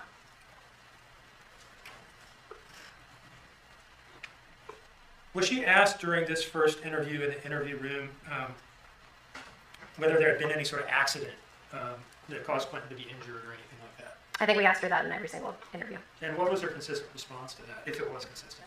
That there was not an accident that she knew about. Was she asked in this interview whether Quinton was okay before she left to go see her drug dealer? She was. And what did she say to that? That he was asleep in his playpen. And was she asked whether he was okay when she got back from this trip? Yes. And what did she say to that? That he was still in his playpen, perfectly fine. Did she describe actually going up and interacting with him at either of these times? Yeah, she kind of showed us Quinton's reaction to her petting, or I guess brushing his hair across his face. And what did she say about that? She said that he kind of reacted and nuzzled up in the blanket. Was she asked whether Danny was behaving abnormally in any way when she got home from the drug dealer? As though something might have happened when she was gone? Yes. And what did she say about that? I believe she said he was still in bed watching a movie like normal. Was she asked whether Danny was behaving abnormally or suspiciously the next morning when she called him to tell him that Quinton was missing? Yes. And what did she say about that? That he was normal. And was she asked whether Danny ever displayed any violent tendency toward the children? Yes, she was. And what did she say about that? That Daniel was scared to even pop the kids.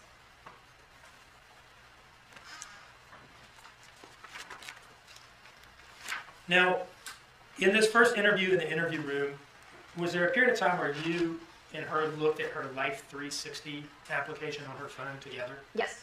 And she was at this time saying that she had met Misty for Oragel at the Chevron, right? Yes. Where is the Chevron in relation to Azalea Motel Plaza? They are right next door. Can you tell me what it looked like on the Life 360 application? Could you, as you're looking at the phone, could you tell whether her phone had been at one or the other location? No, it was too broad of a picture frame. So to you, it just kind of looked like she had been in the general area, but you can't tell whether it was Azalea or Chevron. Yes. And was the investigative team later able to get more precise location data from the phone than you were able to see on the screen during that interview? Correct. And at this time, I would publish what is on State's Exhibit 13 as interview room 1542 to 1639, something shy of an hour. we'll proceed with that. Let me just turn to the jurors. So this next tape is gonna, this next video is gonna go for about an hour. Is this audio and video? It is, Your Honor. Okay, so it's gonna go about an hour. We just got back from lunch. What I anticipate doing is that we'll see this play and then we'll take a break. But if y'all need to stand and stretch right now, feel free to do so. So let's buckle in. I'm gonna do the same. Touch your trains are doing the same.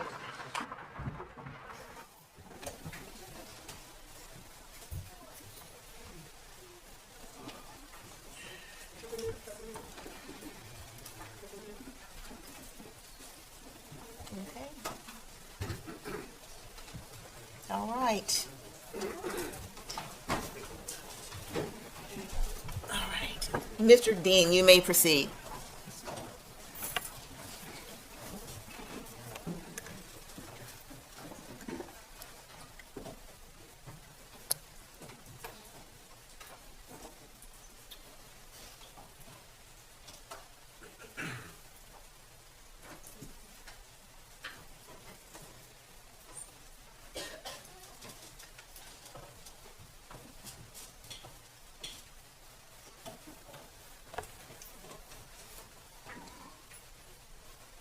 Once again, navigate to input HDMI1 on the TV at the front of the courtroom, and I will publish interview room 1542 to 1639 from State's Exhibit 13. But is it helpful at all to dim some of the lights? Yes. Okay. Maybe helpful for people falling asleep. Oh, I don't know. thank you. We can leave it. We can leave it at this. How about that? That's okay. Okay. All right, Mr. Dean.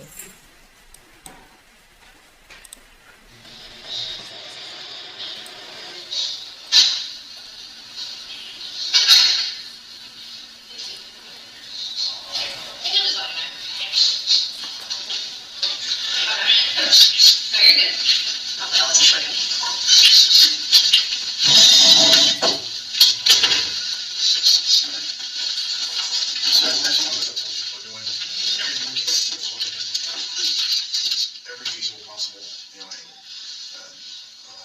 I know you talked a little bit about, using drugs, using marijuana. So last night, was there any chance that you were having some issues with your wisdom teeth and needed to go get something to ease the pain last night? I did. I went right up and got orange out. That was right up there. I went here like at the end of a Colton Road in front of mine because I don't have money going to get some expensive over the counter. I don't have it.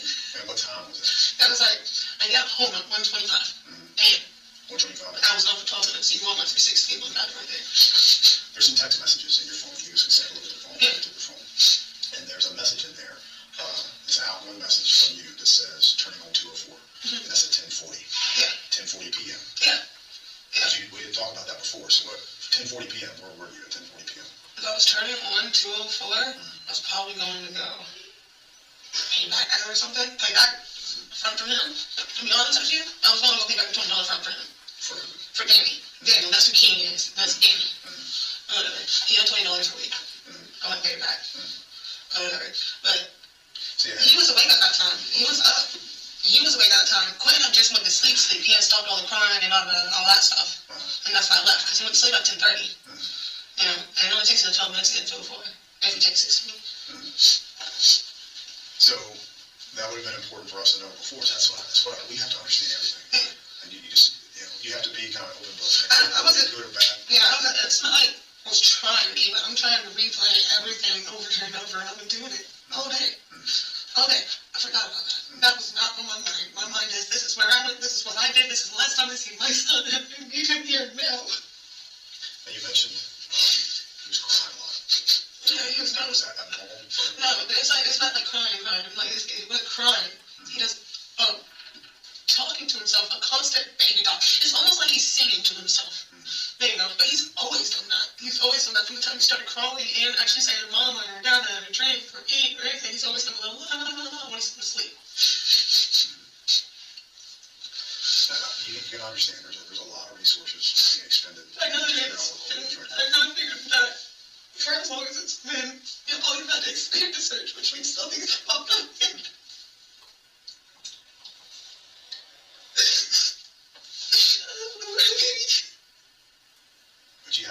Yes, you understand that. I do. And he weird. I mean, after we picked up the kids at 4:30, me or him, none of the kids were with us. I can verify that 100%. After we picked them up at 4:30, all 3 of the babies were at that house. The room was hung, and they showered, ate, and went to bed. I made 2 runs, order jail, and 204, and then order jail. Just talk about that. Let's look at 204. What time did you leave the house? At the time, I texted him and said I was turning on 204. I had already been gone. That means I was literally turning on 204, so I've only been gone like 10 minutes. At that time. What would have been your route? You left your house off about culture. If I called her, I took 17. It's possible on the way. Yeah, it's possible on the way back. I may not have taken 17. I could have taken 16 because there's been road work on 204. So you went south on 17 about culture. Yeah, but I think I took the highway back. And then when you said turn on this text message, you said you turned on 204. Like, okay, so I'm on 17. And towards 95. Yeah, like when I say I'm turning on 204, if you had to turn 17 and before one more and that bridge, that's me turning on 204. That would have been my location right there by that bridge, turning on 204. But turn on 204 going my direction, Going toward or south out to 95. south towards 95. 95. Like over there by the Flacco's Tacos and Harley Davidson shop. That's where I met the person I paid back $20 to. Okay, and who's that person that you He goes by Red. read? He goes by Red. I don't know his name. He's a tall, light-skinned dude. Like, Tall, light-skinned black dude. you met him at, so if you sent that at 10:40, it's a 5-minute. Yeah, and I was already heading back by the time that. So at 10:40, were you texting him that you were turning on 204 to go meet Red? Yeah, like I'm turning on 204 now, like I'm about to meet him. That's what I was trying to tell him. And at that point, you didn't get anything. No, I just paid him $20. I gave him $20 and I left, and it was refunded from a couple days ago. A few days ago, I think we got that 8th. We paid $10 on the 8th, and we owed 20. How much more money did you go with? Nothing. That was it. That was just that $20. There's you would see messages otherwise somebody blowing up my phone or Danny's phone about us owing money. And you don't know anybody else anymore. Because I asked you this question. Yeah, no, we did. I don't like that was handled. That was got a front 2 days later, paid you back. That's what that was. So it's like I don't do fronts like that. That was on his name, on his front. I didn't like doing that. I wanted him to pay it back. Was last night, was it abnormal for Quentin to cry as much as he did last night? No, he like I said he wasn't crying. He was like nodding, Lou. So I know he did that and it got quiet like 10:30. About 10:30, and looked over there. He was knocked out. Little cheeks, pink, snuggled up in a blanket. So. Where do y'all keep the weed when y'all do have it? Outside. We got it outside in the safe box. Was there anything else that would be inside the house? No. We don't smoke cigarettes inside. We don't smoke weed inside. We don't take it inside. We don't do that. What about Paul? Paul, no. Is he into any of that? He smokes, but I don't think, as far as I know, he keeps it in his truck. That's right. As far as I know, he keeps it in his truck. That was one of the rules of my parents allowing him to move in there. Okay. But it's just weed though? Yeah. Just weed. Nothing else. Like, listen, my mom's a convicted felon. There is no way I'm going to sit there and continuously push the buttons of these people. Yeah. You can't do that. Okay. But you were in substance abuse for... I've had other things I used to do, other things I have, for example, coke, or at one point I was on meth, or whatever. I got all that stuff on my own. And then when I had that and I had mental health issues, I just went ahead and told the counselor that sometimes I just want to go back to feeling back home. So now I got substance abuse counseling. So, Did either Paul or Danny ever have issues with that? Paul, I don't think so. Danny, no, I don't think so with that either. I remember Danny's very particular. The most I do is drink beer. Maybe hit him once or twice. That's all. Was there a reason that you went to go pay instead of Danny? I was the only one with money, and I wasn't giving Danny the money to do so. Why is that? Because there's times that he would go and spend it on alcohol versus what we need to do on, spend it on. Okay. That's How how often does that happen? He drinks daily. Does that ever become a problem? No, he doesn't get drunk. He's not like a belligerent angry. He doesn't do that. He has like a 6-pack beer a day. That's what he does. How much did you have last night? Last night, he had a 6-pack as normal. Like, he had a few shots of Fireball too. But he wasn't anything abnormal? Nothing out of the way. He was laying down before I was. Did Paul know that y'all were leaving? Or you were leaving for a second? Or was he already upstairs? He was already upstairs. When Paul got home last night, normally he does come down there and come in my room or whatever and hang out. He didn't last night. He just came in there for a minute, said, hey, he got his dog and went upstairs. So, Does Paul hear Quentin crying when he's upstairs? No. He can't hear him cry? Not from upstairs. I can't hear nothing. Like when we used to be upstairs, you can come and bang on my door as hard as you wanted to. I couldn't hear you. So I can't hear anything on the door. So when he hears, I don't. Not from that. That's why we moved from up there down there. So we're not constantly worried about skaters or stuff like that. How old are you, Paul? I'll be 23 in November.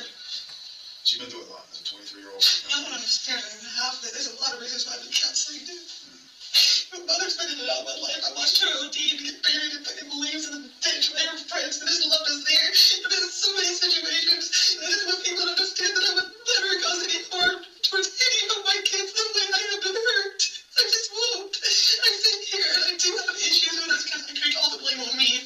Anything that goes wrong, I take it in. I wear my heart on my sleeve, but I really shouldn't. That little boy last night, he was so sweet in that bathtub. He was sitting there telling me bubbles. He wanted to play with the bubbles. That's all he wants to do is play with bubbles and go to the park and play with the ball and the tablet. People just want to come and take your happy baby. Remember that surgeon started it, so whatever. It really hurt my feelings that they were saying you don't think that your mental problems could have made you do something and you completely not know about it. No, I do not think that is. Just gotta understand this. I don't think that there's anything like that. That would, like, I don't care how many different personalities somebody says I have. Every single one of them is the same. I gave birth to Quinn alone in the hospital room. Alone. I had nobody there. I was in the hospital for 2 days. That is my boy. That is my baby. And let me my baby back home. Okay. Is that right? This is right. I'm trying all the hardest. The more I try to get back on track so I can be what these kids need. The more life is a kid. And this time it's fucking just blew me up. I can't. I don't really like I got the couple of mental hospital after this. I should let it all. I think I'm more of a danger to myself. No, you're right. Right now. Take some deep breaths right now. Need water right now? Take some deep breaths. Deep breaths. Now, paused it at 15:54 and 43 seconds on the timestamp in the top left corner.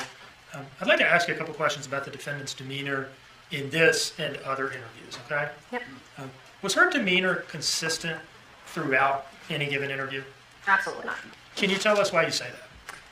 I mean, as we saw in this interview, she would kind of get into these hysterical yelling rants. And would that happen in response to any particular lines of questioning? Sometimes when it kind of questioned her statement or her timeline, it would start to escalate into this. Okay. And when she got like that, was it then difficult to get an additional question in? Yeah, we would have to calm her down before she would engage back with us with a back and forth conversation. Is it fair to say that during these interviews, when pressed on certain things, she would become histrionic and just kind of fill the room with noise? Yes.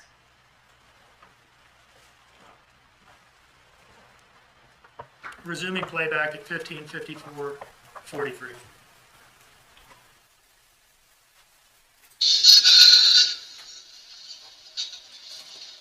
I passed around from house to house, and that's something I don't want with my kids. So when I found myself in a hard situation, I just took one thing I do. Mom, my mom, don't help me with my kids. So she has them. Until I start getting myself back together and come back here and get a decent job, got a car for myself on Mother's Day. Just trying to build myself up for these kids. And I'm still going to try. My hardest no matter what. But I can't. I don't even know if what's okay. I just want to know it's okay. I want some type of traffic camera to see something to tell me he's okay.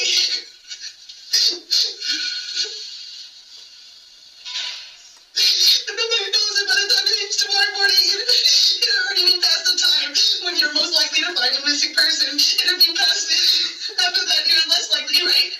After the first 20 rounds. We got people out there. Everyone's looking right now. I just want to look. I'll take a bulldozer over it. I don't care. I'm just gonna find a baby. I'll take everybody's freaking house down right now if I could.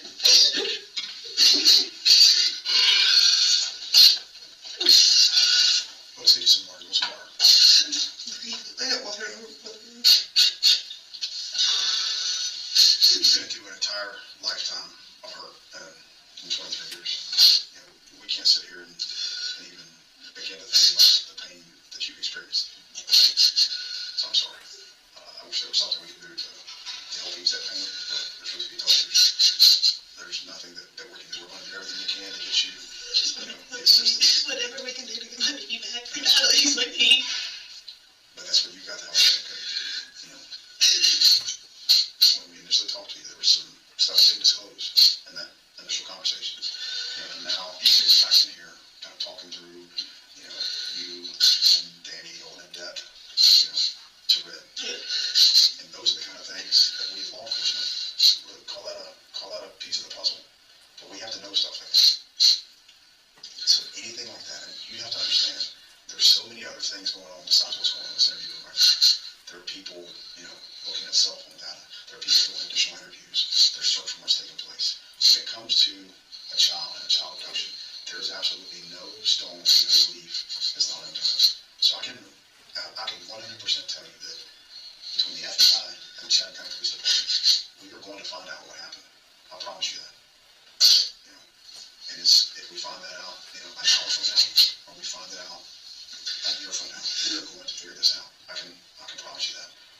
Because there's nothing more important to us than finding, Quinton and bringing the person to justice that's responsible for taking him out of your life. Okay? So I want to look you in the eye and tell you that. But I need you to look me in the eye and tell me from this point forward, there's absolutely nothing. I believe that is the 100%. I believe that is the only event that I did not disclose. And it's only because I didn't think about it. That's not what I was thinking about at the time. I'm just like, that's like, no. When he was in bed, he was asleep with no life. This is going to be hard. I'm going to ask you this. It's going to be hard. And you can't get frustrated with me because you got to understand we're doing a job. But when we first talked to you in the initial interview, there was no mention of him crying a lot. You mentioned that he was babbling. Yeah, he babbled. He does a lot. Just here 2 minutes ago in this interview room, before you took off and this text message, hey, I'm turning on 2 or 4 now, you mentioned that it was, I made that trip, before he was crying. And you described crying to the point where he was crying maybe abnormally. I'm not trying to put words in your mouth, but that's the way I interpreted it, that he was crying abnormally. No, I think I left before, he was asleep. I left before, it's not like I left and he was still awake. I left after he fell asleep, he was babbling. And when I came back in, I checked with him again, he was still asleep. And I'm crying, no. He does a little fuss. Did you cry? No. When I say crying, that's babbling, fussy noises, It's the way I explained it for Zane and Quinton. It's not, none of my kids cry. They fuss, they scream, they fit. Every kid cries. No, let me take that off. I'm not trying to mean that, by no means. Every kid cries. Okay? But no, he wasn't crying normally. It was just very loud. Like he was trying to get somebody to come over there and give him the attention, even though it was bedtime. He had a tablet with him too. It could have been, he could have been looking at something and thinking it was funny. It's a kid-approved YouTube for kids TV thing. You can't get on nothing at all that's, bad for kids or anything like that. Whatever. So he could have been laughing at something like that, just like my oldest does. Or looking, I don't know. He was babbling, fussing, crying. But when I got all in the house, he was asleep. He was quiet. He was curled up with a blanket. He was quiet. And what time did you, 10:40, you turned on 2:04, what time did you get back to the house? To the house, 10:49, 50. I was coming 10 minutes, 20 minutes, 22 minutes, something like that. What was Quinton doing when you got home? He was still asleep. And what was Zane doing? He was laying on the bed with the saddle on his chest. Okay. Was he asleep then? Yeah. Okay. And then your fiance? He was laying on the bed with a Fire Stick TV in his hand, the remote thing. Anything weird about him?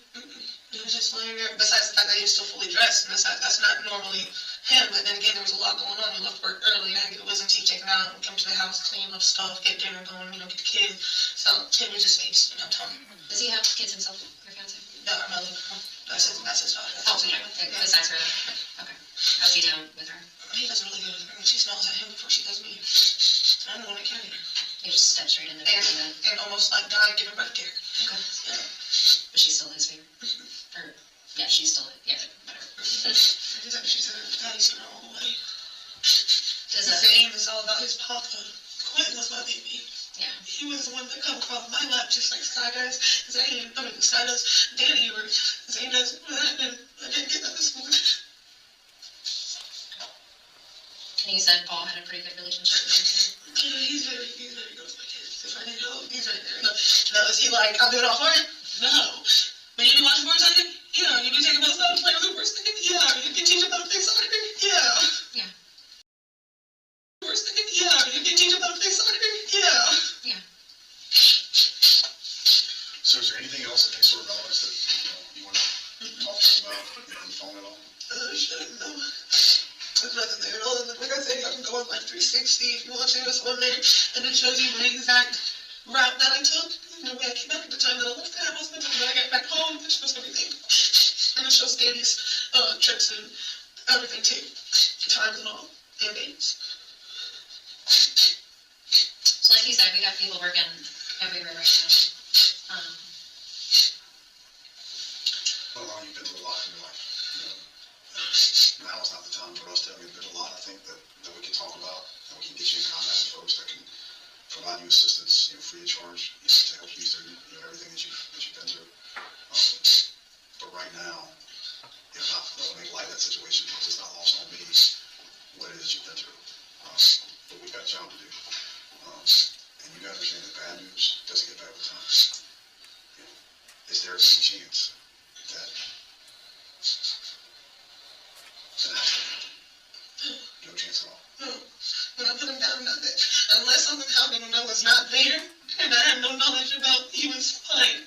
When I got home, he was fine. He was asleep. He was curled up in that blanket. I touched his little hair, and he moved and rolled over. I'm telling you, he was fine. So just help me understand, what type of accident could happen? Do you think that Danny may have done something? So we have to agree that Quinton was crying. We have to agree to that. More than just bad. Is it possible that you left the house because Quinton was crying so bad, and he came back, and there was an accident that took place? No, I think the only time Quinton actually cried is when he's in the telephone. And he's laying in there. Then he's not just no dabble. No, I left the house, he was asleep. He was already asleep. Now, is it possible that Zane could have woken up for a second and then something got loud and crowded because we went and turned the TV back on for him and woke up and quit? Yeah, that's a possible thing. Danny doesn't know where to run out of patience, though. Not like that, not easily. Not to where I think that he would finally just get fed up with somebody crying and do something to make him shut up and not realize that they did do something too much. He's not that type of person. You know how easy that can happen. Yeah. We're adults, we're grown adults. But for a small child, it doesn't take much. Yeah. You can just get frustrated with a small child and just grab them the wrong way. Yeah. And an accident happens. The next thing you know, the child's unconscious. And it's the natural thing to do to panic. Instead of, because you're not thinking logically at that point. All you're thinking about is, what has happened. You don't know what to do, and you panic. I don't think that he would. I don't think he would at home when I got back to the house. I reached for that thing. And I was in hair in his face. And I was all in and he turned and laid down. He was fine. He was a happy baby when he went to sleep. When he was asleep. I don't know what to say. I don't know what something could have occurred. I don't want to think about probabilities, even though there's a million of them. But I don't know. And I don't want to think that he would do something like that. But like you said, when people snap, people break. I don't think he would though. Danny was not acting on the way when I got home. He was not acting like antsy or nervous or mad or concerned or anything weird at all. He was not. What about this morning? This morning, I didn't see him. Since y'all have been together. Sam, he's been very calm now. It's probably because I'm not. Is that a normal thing for him? If I'm freaking out, he tries his hardest to stay calm. And then if it's the other way around, he's totally freaking out. And I don't call him screaming about him. I said, I can't find Quinton. I can't find him anywhere. The door was open and I can't find him anywhere. I said, did you drop him off on the shelves or something? Did you tell me that you were going to do that? Did not tell me? Did I not remember? He said, no, he was there when I left this morning. I said, you're 100% sure? He said, yes. I said, it's not here now. And there was a 3-hour difference between when he left this morning and when I woke up. Do you think something could have happened in those 3 hours with David? I don't know. On Life 360, it showed that he left at the time that he says he did, and then he got to work at the time that he said he did, and then he left and came home when I called. So, I don't think so. I got my boss's numbers as well if you would like that to confirm that Danny was there. We can pull it up on here. Danny's your fiance. He's lived 23 hard years. You got a lot of life left in front of you. You're the mother of 3 beautiful children. It's just you described. Nothing is more important than you being available and being a mother for these 3 children. Yes. So don't let any sort of motivation to protect him, Danny, stand in the way of you being the mother that you need to be. I wouldn't. Like I said, he was fact, the only thing I thought was weird is because normally he goes off work, goes home, takes a shower, immediately dresses because he's that type of pretty boy. He didn't do that yesterday. But I was in pain and it causes him. He was helping me in and out of the car and into the house because I was a little lippy, you know. So I really don't. And the kid then starts crying, and you're not there to be the mother because you're suffering from having your wisdom teeth pulled out. Like I'm telling you, like when he was asleep, when he laid down, and when I took that towel away, yeah, he did cry. That might be what I was talking about earlier. Yeah, he did cry. He screamed. He's TV on, as he says it. Whatever. But by the time that I had smoked a cigarette, got dressed, and was getting ready to leave and checked on him, he was asleep. Shut, eyes shut.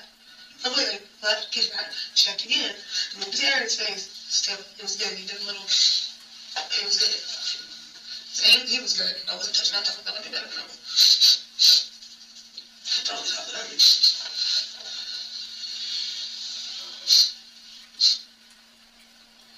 You don't think there's any chance that an accident could have taken place and Danny just did something that it just... If there was, I'm not going to say no because you never truly know anybody. Y'all read about that. But if there was nothing at all that made me suspect anything for all that time. Or even when I got up this morning, besides my front door being open.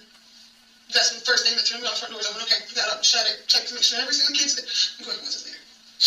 But everything was good. But minus that, I normally wake up when Danny gets out of bed. I normally wake up. And he normally tells me bye. I do not remember him telling me bye. I do not remember him getting out of bed. That's probably the weirdest part right there. You know, but I was up throughout the night. Is there any reason that y'all have been up and in and out of the house throughout the night? No. The last time anybody should have left that house would have been me, and that was when I went to go get that orange. And that was just the end of a culture back. I was on my street. So now the door to the house would have opened or closed at any point after you got back home? Nope. At all. And I had that back door locked. I know I looked out the front door. I pushed up against it, and I knew that was locked. But Danny went outside this morning and grabbed some cigarettes off of it and locked the door and didn't push it all the way. They wouldn't have caught. They wouldn't have latched. You could just push it over. So, he said, or he kept on swearing up and down that he locked it, that it was locked. I think we're not pushing it back up and over. Just, I don't know. That's how easy it is to get in that house. So, I don't think he would, and I don't want to believe he would. He wasn't acting out the way. There was nothing at all that I could think of the way he was acting, talking, looking, reacting, behavior, anything for me to think, yeah, he probably could have done something. There's nothing for me to think that. I don't know. It was really baffled right now.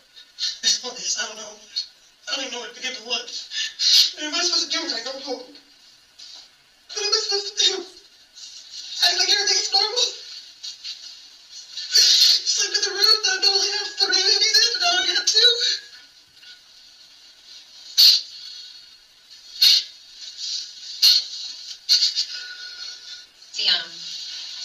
Just one last thing with the messages on here. You're saying something, or he's saying something about, I guess when you're meeting up with this dude, right, about him being threatened. No, that's about my brother. Paul showed up and was going to bed. Wow, okay, he said something about telling you he was on the way, and he was being threatened to run over. That was my brother leaving work, and somebody threatened to run him over at work. Can you tell us about that? I didn't elaborate on the situation. Like I said, Paul normally says something in his own, but he didn't. He does not know what I'm saying. Yeah. So, I still haven't asked about that situation yet. I got up and I didn't have the time. Does Paul ever have issues or anything? Like that? No. He is autistic, and sometimes he runs his mouth, and if he runs it to another person, he gets irritated. Is that probably what happened at work? Yeah, he probably looked over at somebody, flipped off the wrong person, and decided they were trying to run over. Does he have people coming over to the house? No, but again, I'm gone 6 to 2, and he works 2 to 10. Yeah. So if there is, I don't know, and I don't see, and nobody gets my room because I lock my door when I'm not home. Yeah. So, I don't know. Danny, so you got people coming over? He has one friend, and his name is Marvin, but he doesn't hang out or anything. Like, they might stop by and talk for 5 or 10 minutes, and then go on. They used to work together. Yeah. Other than that, when he moved down here, Danny didn't have anybody. What about Paul having a girlfriend? He still have a girlfriend. That's news to me. Okay, I'm just asking if he does. That's news to me. Okay. I hope it just got a shuffles eyes about anything. No girlfriends, we question he's gay. That's why. Our boyfriends, you have boyfriends come over. Yeah, but no, none of that. I haven't seen no nobody come over. And Thomas, when he's home, he doesn't have company come over unless it's his sister or his really old friend of his named Roger. Thomas is your other brother? It was like I said that. My other brother is Joe, that was here earlier. I had 6 brothers, I'm sorry. When was your mom, when was she scheduled to be back here? In a couple weeks. And we talked to her last week. She said she should be coming home in 2 or 3 weeks. And then we told her a couple of days ago that she got laid off. And when we called her and asked if she was coming home, she said she doesn't know if she's coming home quite yet. So maybe that she was maybe trying to set up another job, or maybe she was just going to go and hang out with Thomas at his job on her way home and then just come home with him this weekend, since he comes home on the weekends or something. But I didn't really get into big detail about it because the last incident we did have with the pushing and the kids and the cops calling and all that stuff, we have been very distant since then. So given your mom's situation as it relates to her travel and her job, and given your situation as it relates to your mental health and use of drugs, and you saying that you're not in a position to take care of Quinton at least, so you feel that given your mom's situation and your situation, she was still the best person for you to have direct custody to. Yeah, she from the time that I first gave her custody to until now, no matter what, I gave her the custody to it. She hasn't had custody over them for not even a year yet. But you see, I'm trying to understand this. She's away. She's maybe out of town for a month, 2 months at a time. Sometimes 3. She has full custody. So really, it's just call it a paper drill. Call it what you want to. Yeah, it's pretty much just paper talking and whatever. She got custody, but I was the one every day. I was there every day. I took him to his doctor's appointments. I got his clothes set up just like they're set up still on the counter next to his bed every night. I had put their bags together with their toys and their diapers or pull-ups and snacks for throughout the day because Michelle handles that. She'll be able to send snacks. It was me. It was my baby every day. Oh, when I was funny, like mentally and everything stable enough to come and be there and to be good for my kids. Whatever I did, I was there all the time. I set up their appointments. I made sure everything was good. Then, like I said, going into speech, and Quinton was going to have an appointment to see if he was autistic coming up pretty soon to go ahead and just start a little test on that because saying he's autistic if I wanted to help anything to be would progress. You've been through a lot. You're about that. You've been through a lot. We can't imagine what it is. Through all that, trials and tribulations that you've been through, you get what I like to call just street smart, just an inclination, just how much, that you know something just doesn't quite smell right. But you don't know exactly what it is. And that's what I'm asking for you right now, because I know that you know something's just not quite right. I don't know what it is. But it goes back to what we talked about earlier. Bad news doesn't get better with time. Accidents happen. Things happen. Things that we regret, after it's done. So that's why I'm looking at you in the eye right now. Because it goes to the fact that there's probably no less than 40 to 50 people right now that are doing nothing but grinding away to do everything humanly and feasibly possible to find Quinton. So going back to that sense, that sixth sense that you have, 23 years old, young lady, but has a whole lifetime experience in 23 years. That's what I'm leaning on you for right now. Accidents happen. I need you to help me figure out what happened. What happened last night? I'm trying. I don't think nothing was out of the ordinary with Danny. When I left, when I came back, nothing out of the ordinary at all. Even though he was talking, like his movements and body language, all of it, nothing was throwing me off. Nothing. And normally it does. When he's sitting there talking to some other female on his phone and won't tell me about it, and I have a feeling or a hunch, I'm right. And I can tell because of the way he's acting, the way he moves. He's very secretive. It wasn't like that last night. This man was like on the couch like this. Well, on the bed, his couch on the bed. And on the bed like this. Next thing. Just clear on it. When you saw Quinton last night, when you came back at 10:40, About 10:15, yeah. You know 100% certain. He was okay. He was okay. He was 100% certain, okay, that baby was moving, that baby was breathing, and that baby was curling up inside of a blanket getting comfy last time I laid my eyes on him. That was the last time I laid my eyes on him. So I'm scared. But you gotta agree that it's possible. We gotta figure out. I can't throw it out because I don't know if the person that I never thought would hurt me. Okay, so I'm not gonna throw it out. But do I think that he would? No. Will I put it past anybody? No. I don't put it past nobody. There's a possibility that he could. something terrible happened, maybe something happened after I went to sleep. Maybe Quinton woke up and started crying because I was so tired and don't know what medicine, I didn't hear it. And then he got frustrated. But if it happened, I don't know, and I don't want to focus on maybes. Because it just looks laid down to a dead end normally. And if that happened, if you know that happened, we're going to do everything we can to protect you. So you got to understand that. That's like the only thing. When I'm sitting there and I'm thinking how everything went last night when I left and I came back both times, how he was, that's the only thing I can think of. I'm normally a light sleeper. I normally wake up the moment this dude's alarm goes off and he's crawling out of bed and he's still got his nothing but drawers on. You know? I didn't hear nothing. I didn't see anything. I didn't feel nothing. At all. I mean, I didn't hear Scott when she woke up at 3. I'm guessing he did. She normally wakes up about 3:30. So, that's the, if I can give you a time frame of when possibly something could have, I would have been after 1:30 in the morning when I went to bed. I was like laying down at 12. My mouth couldn't get comfortable. My mouth was hurting. Got comfortable with my friend. Went and got some Florida gel. Came back home, applied it. Checked on the log in, and I went to bed. I went to bed next to Danny, and I was against the wall, and Danny was on the other side. And you didn't get anything else from Red? Nothing else? No, I handed him a $20 bill. So we go talk to Red. Red's going to talk to them. Yeah, he's going to hand me a $20 bill. That's it. Yeah. What was that important for you last night to get up at 10:40 at night? And I was getting irritated with Danny because my mouth was hurting, so that was an excuse for me to go ahead and just get out of the house for a minute and have a reason to do so too, besides just running. I was getting aggravated with him. My mouth was hurting and he kept on trying to offer me food and this, and I tried every time he would put his hand on me, he kept on touching right here repeatedly, and I was just aggravated. My mouth was hurting. And one period that shit didn't help either. So I broke out in the car and I was like, hey, pay back $20, right? He said, yeah. What, pay back? And that, Danny and I have been on and off arguing a lot the past few months because of him cheating and things like that. So that has turned into my way of handling things with Danny before it escalates to the point that it is yelling and screaming and arguing and throwing stuff. It's just walk away. When I feel like it's escalating, just walk away. When I say escalate, I don't ever think of me will put his hands on me. No. But do the kids need to sit there and watch us constantly screaming and yelling in each other's face? No. They're asleep. There's been times that I went inside that Salt Creek Park and then got told to leave by an officer because you can't be there after dark. You know? So it's just escape.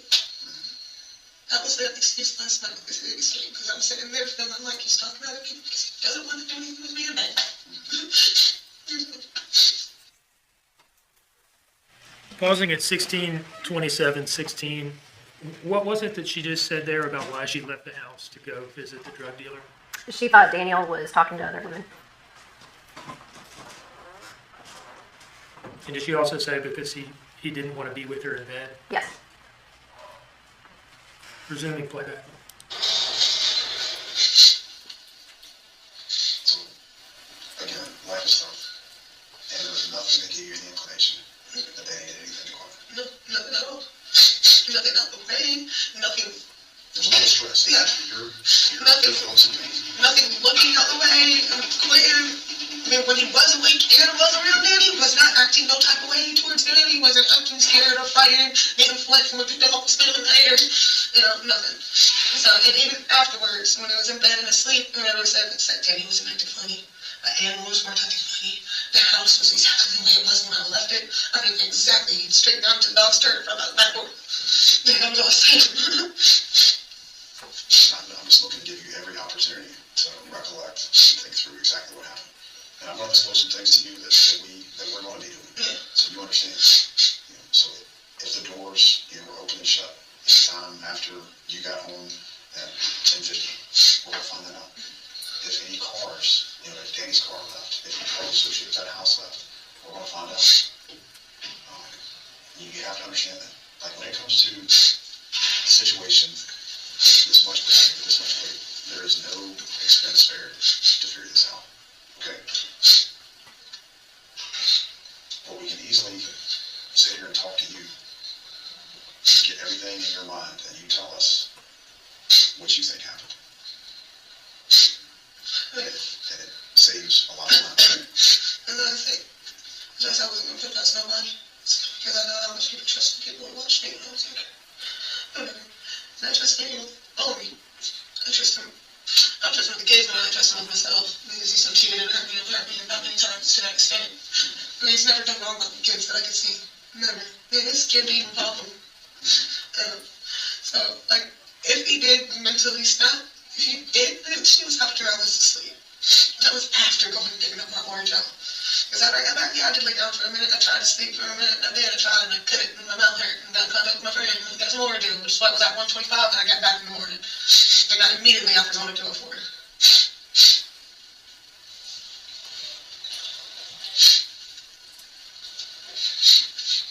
He didn't act no type of way. Nothing looked out of the ordinary in the house this morning when I got up either. Besides the door being open. And Quinton not being there. Those are the only two things that happened over there. Do you have any other way of tracking anyone else other than Life 360? I used to have the location thing, but it doesn't have my phone anymore. What is SoFi? So it's a bank app. There's a lot of those in there. I was trying to get a $30 sign-up bonus.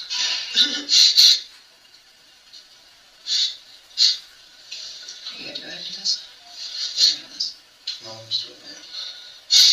So if you would, I'm kind of new to Life 360, so if I start. So this will be all the most recent ones. The farther you go down, the older they get.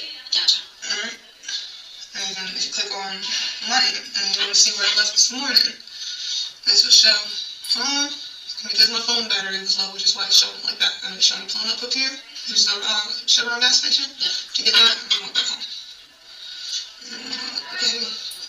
Okay, red. Looks like I took 17 there, I took 16 back, or 95 back. So how do I see Danny's? His name, click on it, and it says same.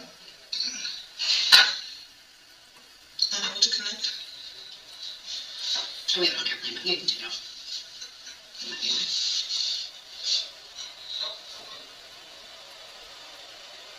Do you need Wi-Fi or do you already have data? I have data, this says, same. Bracing's kind of dead though.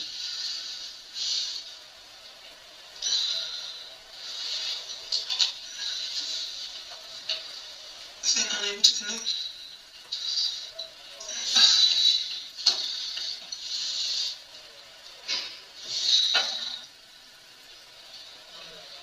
Is it trying to do a live thing, or is it just showing the history? It's trying to do both, and right now it's not showing anything, and that's weird because I seen this stuff this morning.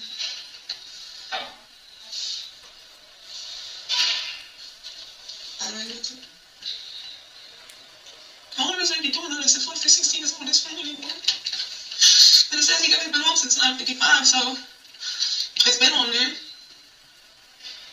Would it not work if his phone was off right now? No, it should still show up the history. His most recent location, Yeah, it should still show that up. 4 hours ago. But it's not showing the history. His phone was off at 1 o'clock. His phone is off. It's the ad cycle, so it's not connected. So it relies on his phone and the app to push you the data. So that's what that is.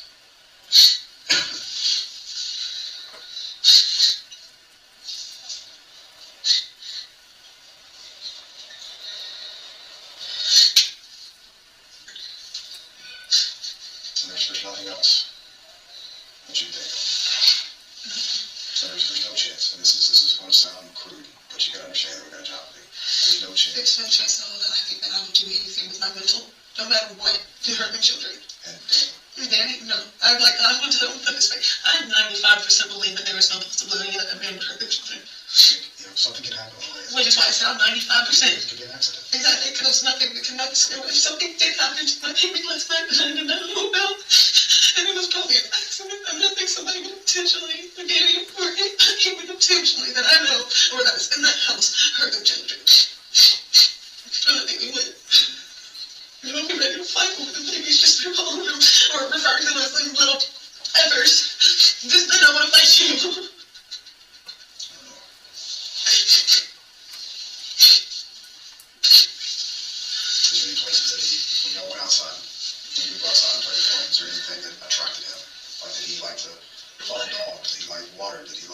He loves the water and balls. I love them balls. No, I didn't really, if we went for a walk, it was only for like my house to stop sun, but we always played in the backyard. In the backyard, He got there, and it's a clear area next to the cardboard rack, and I kicked the ball around with him, and he could run and follow me, not be too worried. Yeah. And that's what we would play out there. He would always be attracted to that old rusty truck behind the cardboard. So. But we know that, the playpen, the package toy, he wasn't strong enough, tall enough, big enough to crawl out of there on his own. So whatever has happened to Quinton at this point, he was picked up out of that.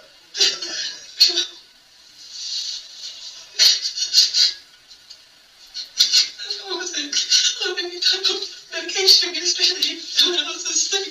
I would have heard that. I would have heard my door opening. I would have heard all of that. I would have been prevented from whatever happened to my child happening to my child. Whether it was him or a stranger, I would have been able to prevent it. Have you had anybody when Quinton was playing out in the yard, when the kids were playing out in the yard, any passersby just randomly come up and start talking to you? Hey, how you doing? There's a white male that's come up and knocked on my door. It's passed him off about 3 times randomly. One time it's at like 12 o'clock at night saying, God told me to come bless you and your kids. And he left. Then he came back the following week again, about 1 o'clock. Knocked on the door. And I said, who is it? Whatever, and he said his name, and I was like, do you need anything? Are you okay? I didn't open my screen door, that was still shut. I had that, so I didn't open the screen door. I was like, what do you want? What do you need? Are you okay? Do you need assistance? You call somebody. He said no, and he left again. And the last time I seen him was, I think, a few days ago, when we had all the kids. It was Quantico style, it was about 7, so they were kicking the ball around. Did you ever try to engage or interact with the kids? Like, hey, buddy, how are you doing? You ever seen something like that? Every time they knocked on the door, came to the yard, he's always, hey, how you doing? What's up? My church is this, and God bless you, and give me a hug. Did this man give you any sort of bad vibes? Did you think he was an upstanding person, legitimate, or there was something? There was something off about him. I mean, one person something that knocks on somebody's door at that time of night to say, God bless you. So what else did he need? You have no idea, like a car or anything? I've never seen him in front of a car. I've never seen him in a car. He's always just come walking over the road. I can tell you he's about 5'11", light blue eyes, 106 pounds, maybe around 19, 20 years old. He looked young. He's younger than me. He looked young. So, other than that, that's the only person that's popped up recently at all. That's been random out the blue. Completely unexpected and at very odd times. That's it. You gotta try something with that. You're probably a lot of pain right now, still, aren't you? It's all it's the whole area. They took, do not miss that. They took this tooth. They took this tooth. No, it's the one in front of it and one over here. Just hold tight for a minute. We'll step outside. And if you could just sit in here. Okay, do you need anything all around? Come back in. Let me know. I just want a cigarette. Yeah, I'll let you know.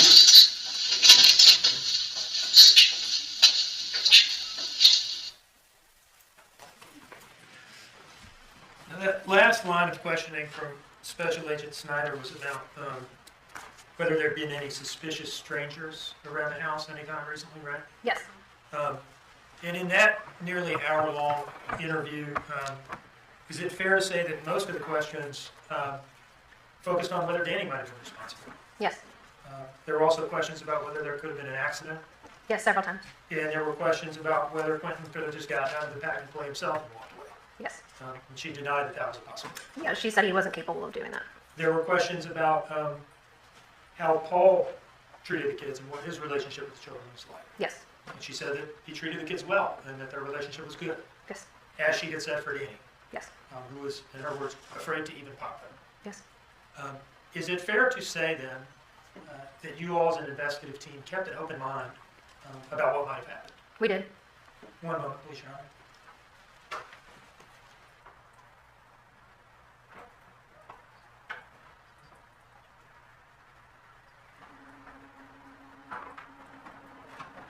I think this might be a good time for a break. Yes. So, ladies and gentlemen, let's take a break. It is 10 after 3. Let's come back at 3:25 for our 15-minute break. Again, don't discuss the case and don't do any research. All right?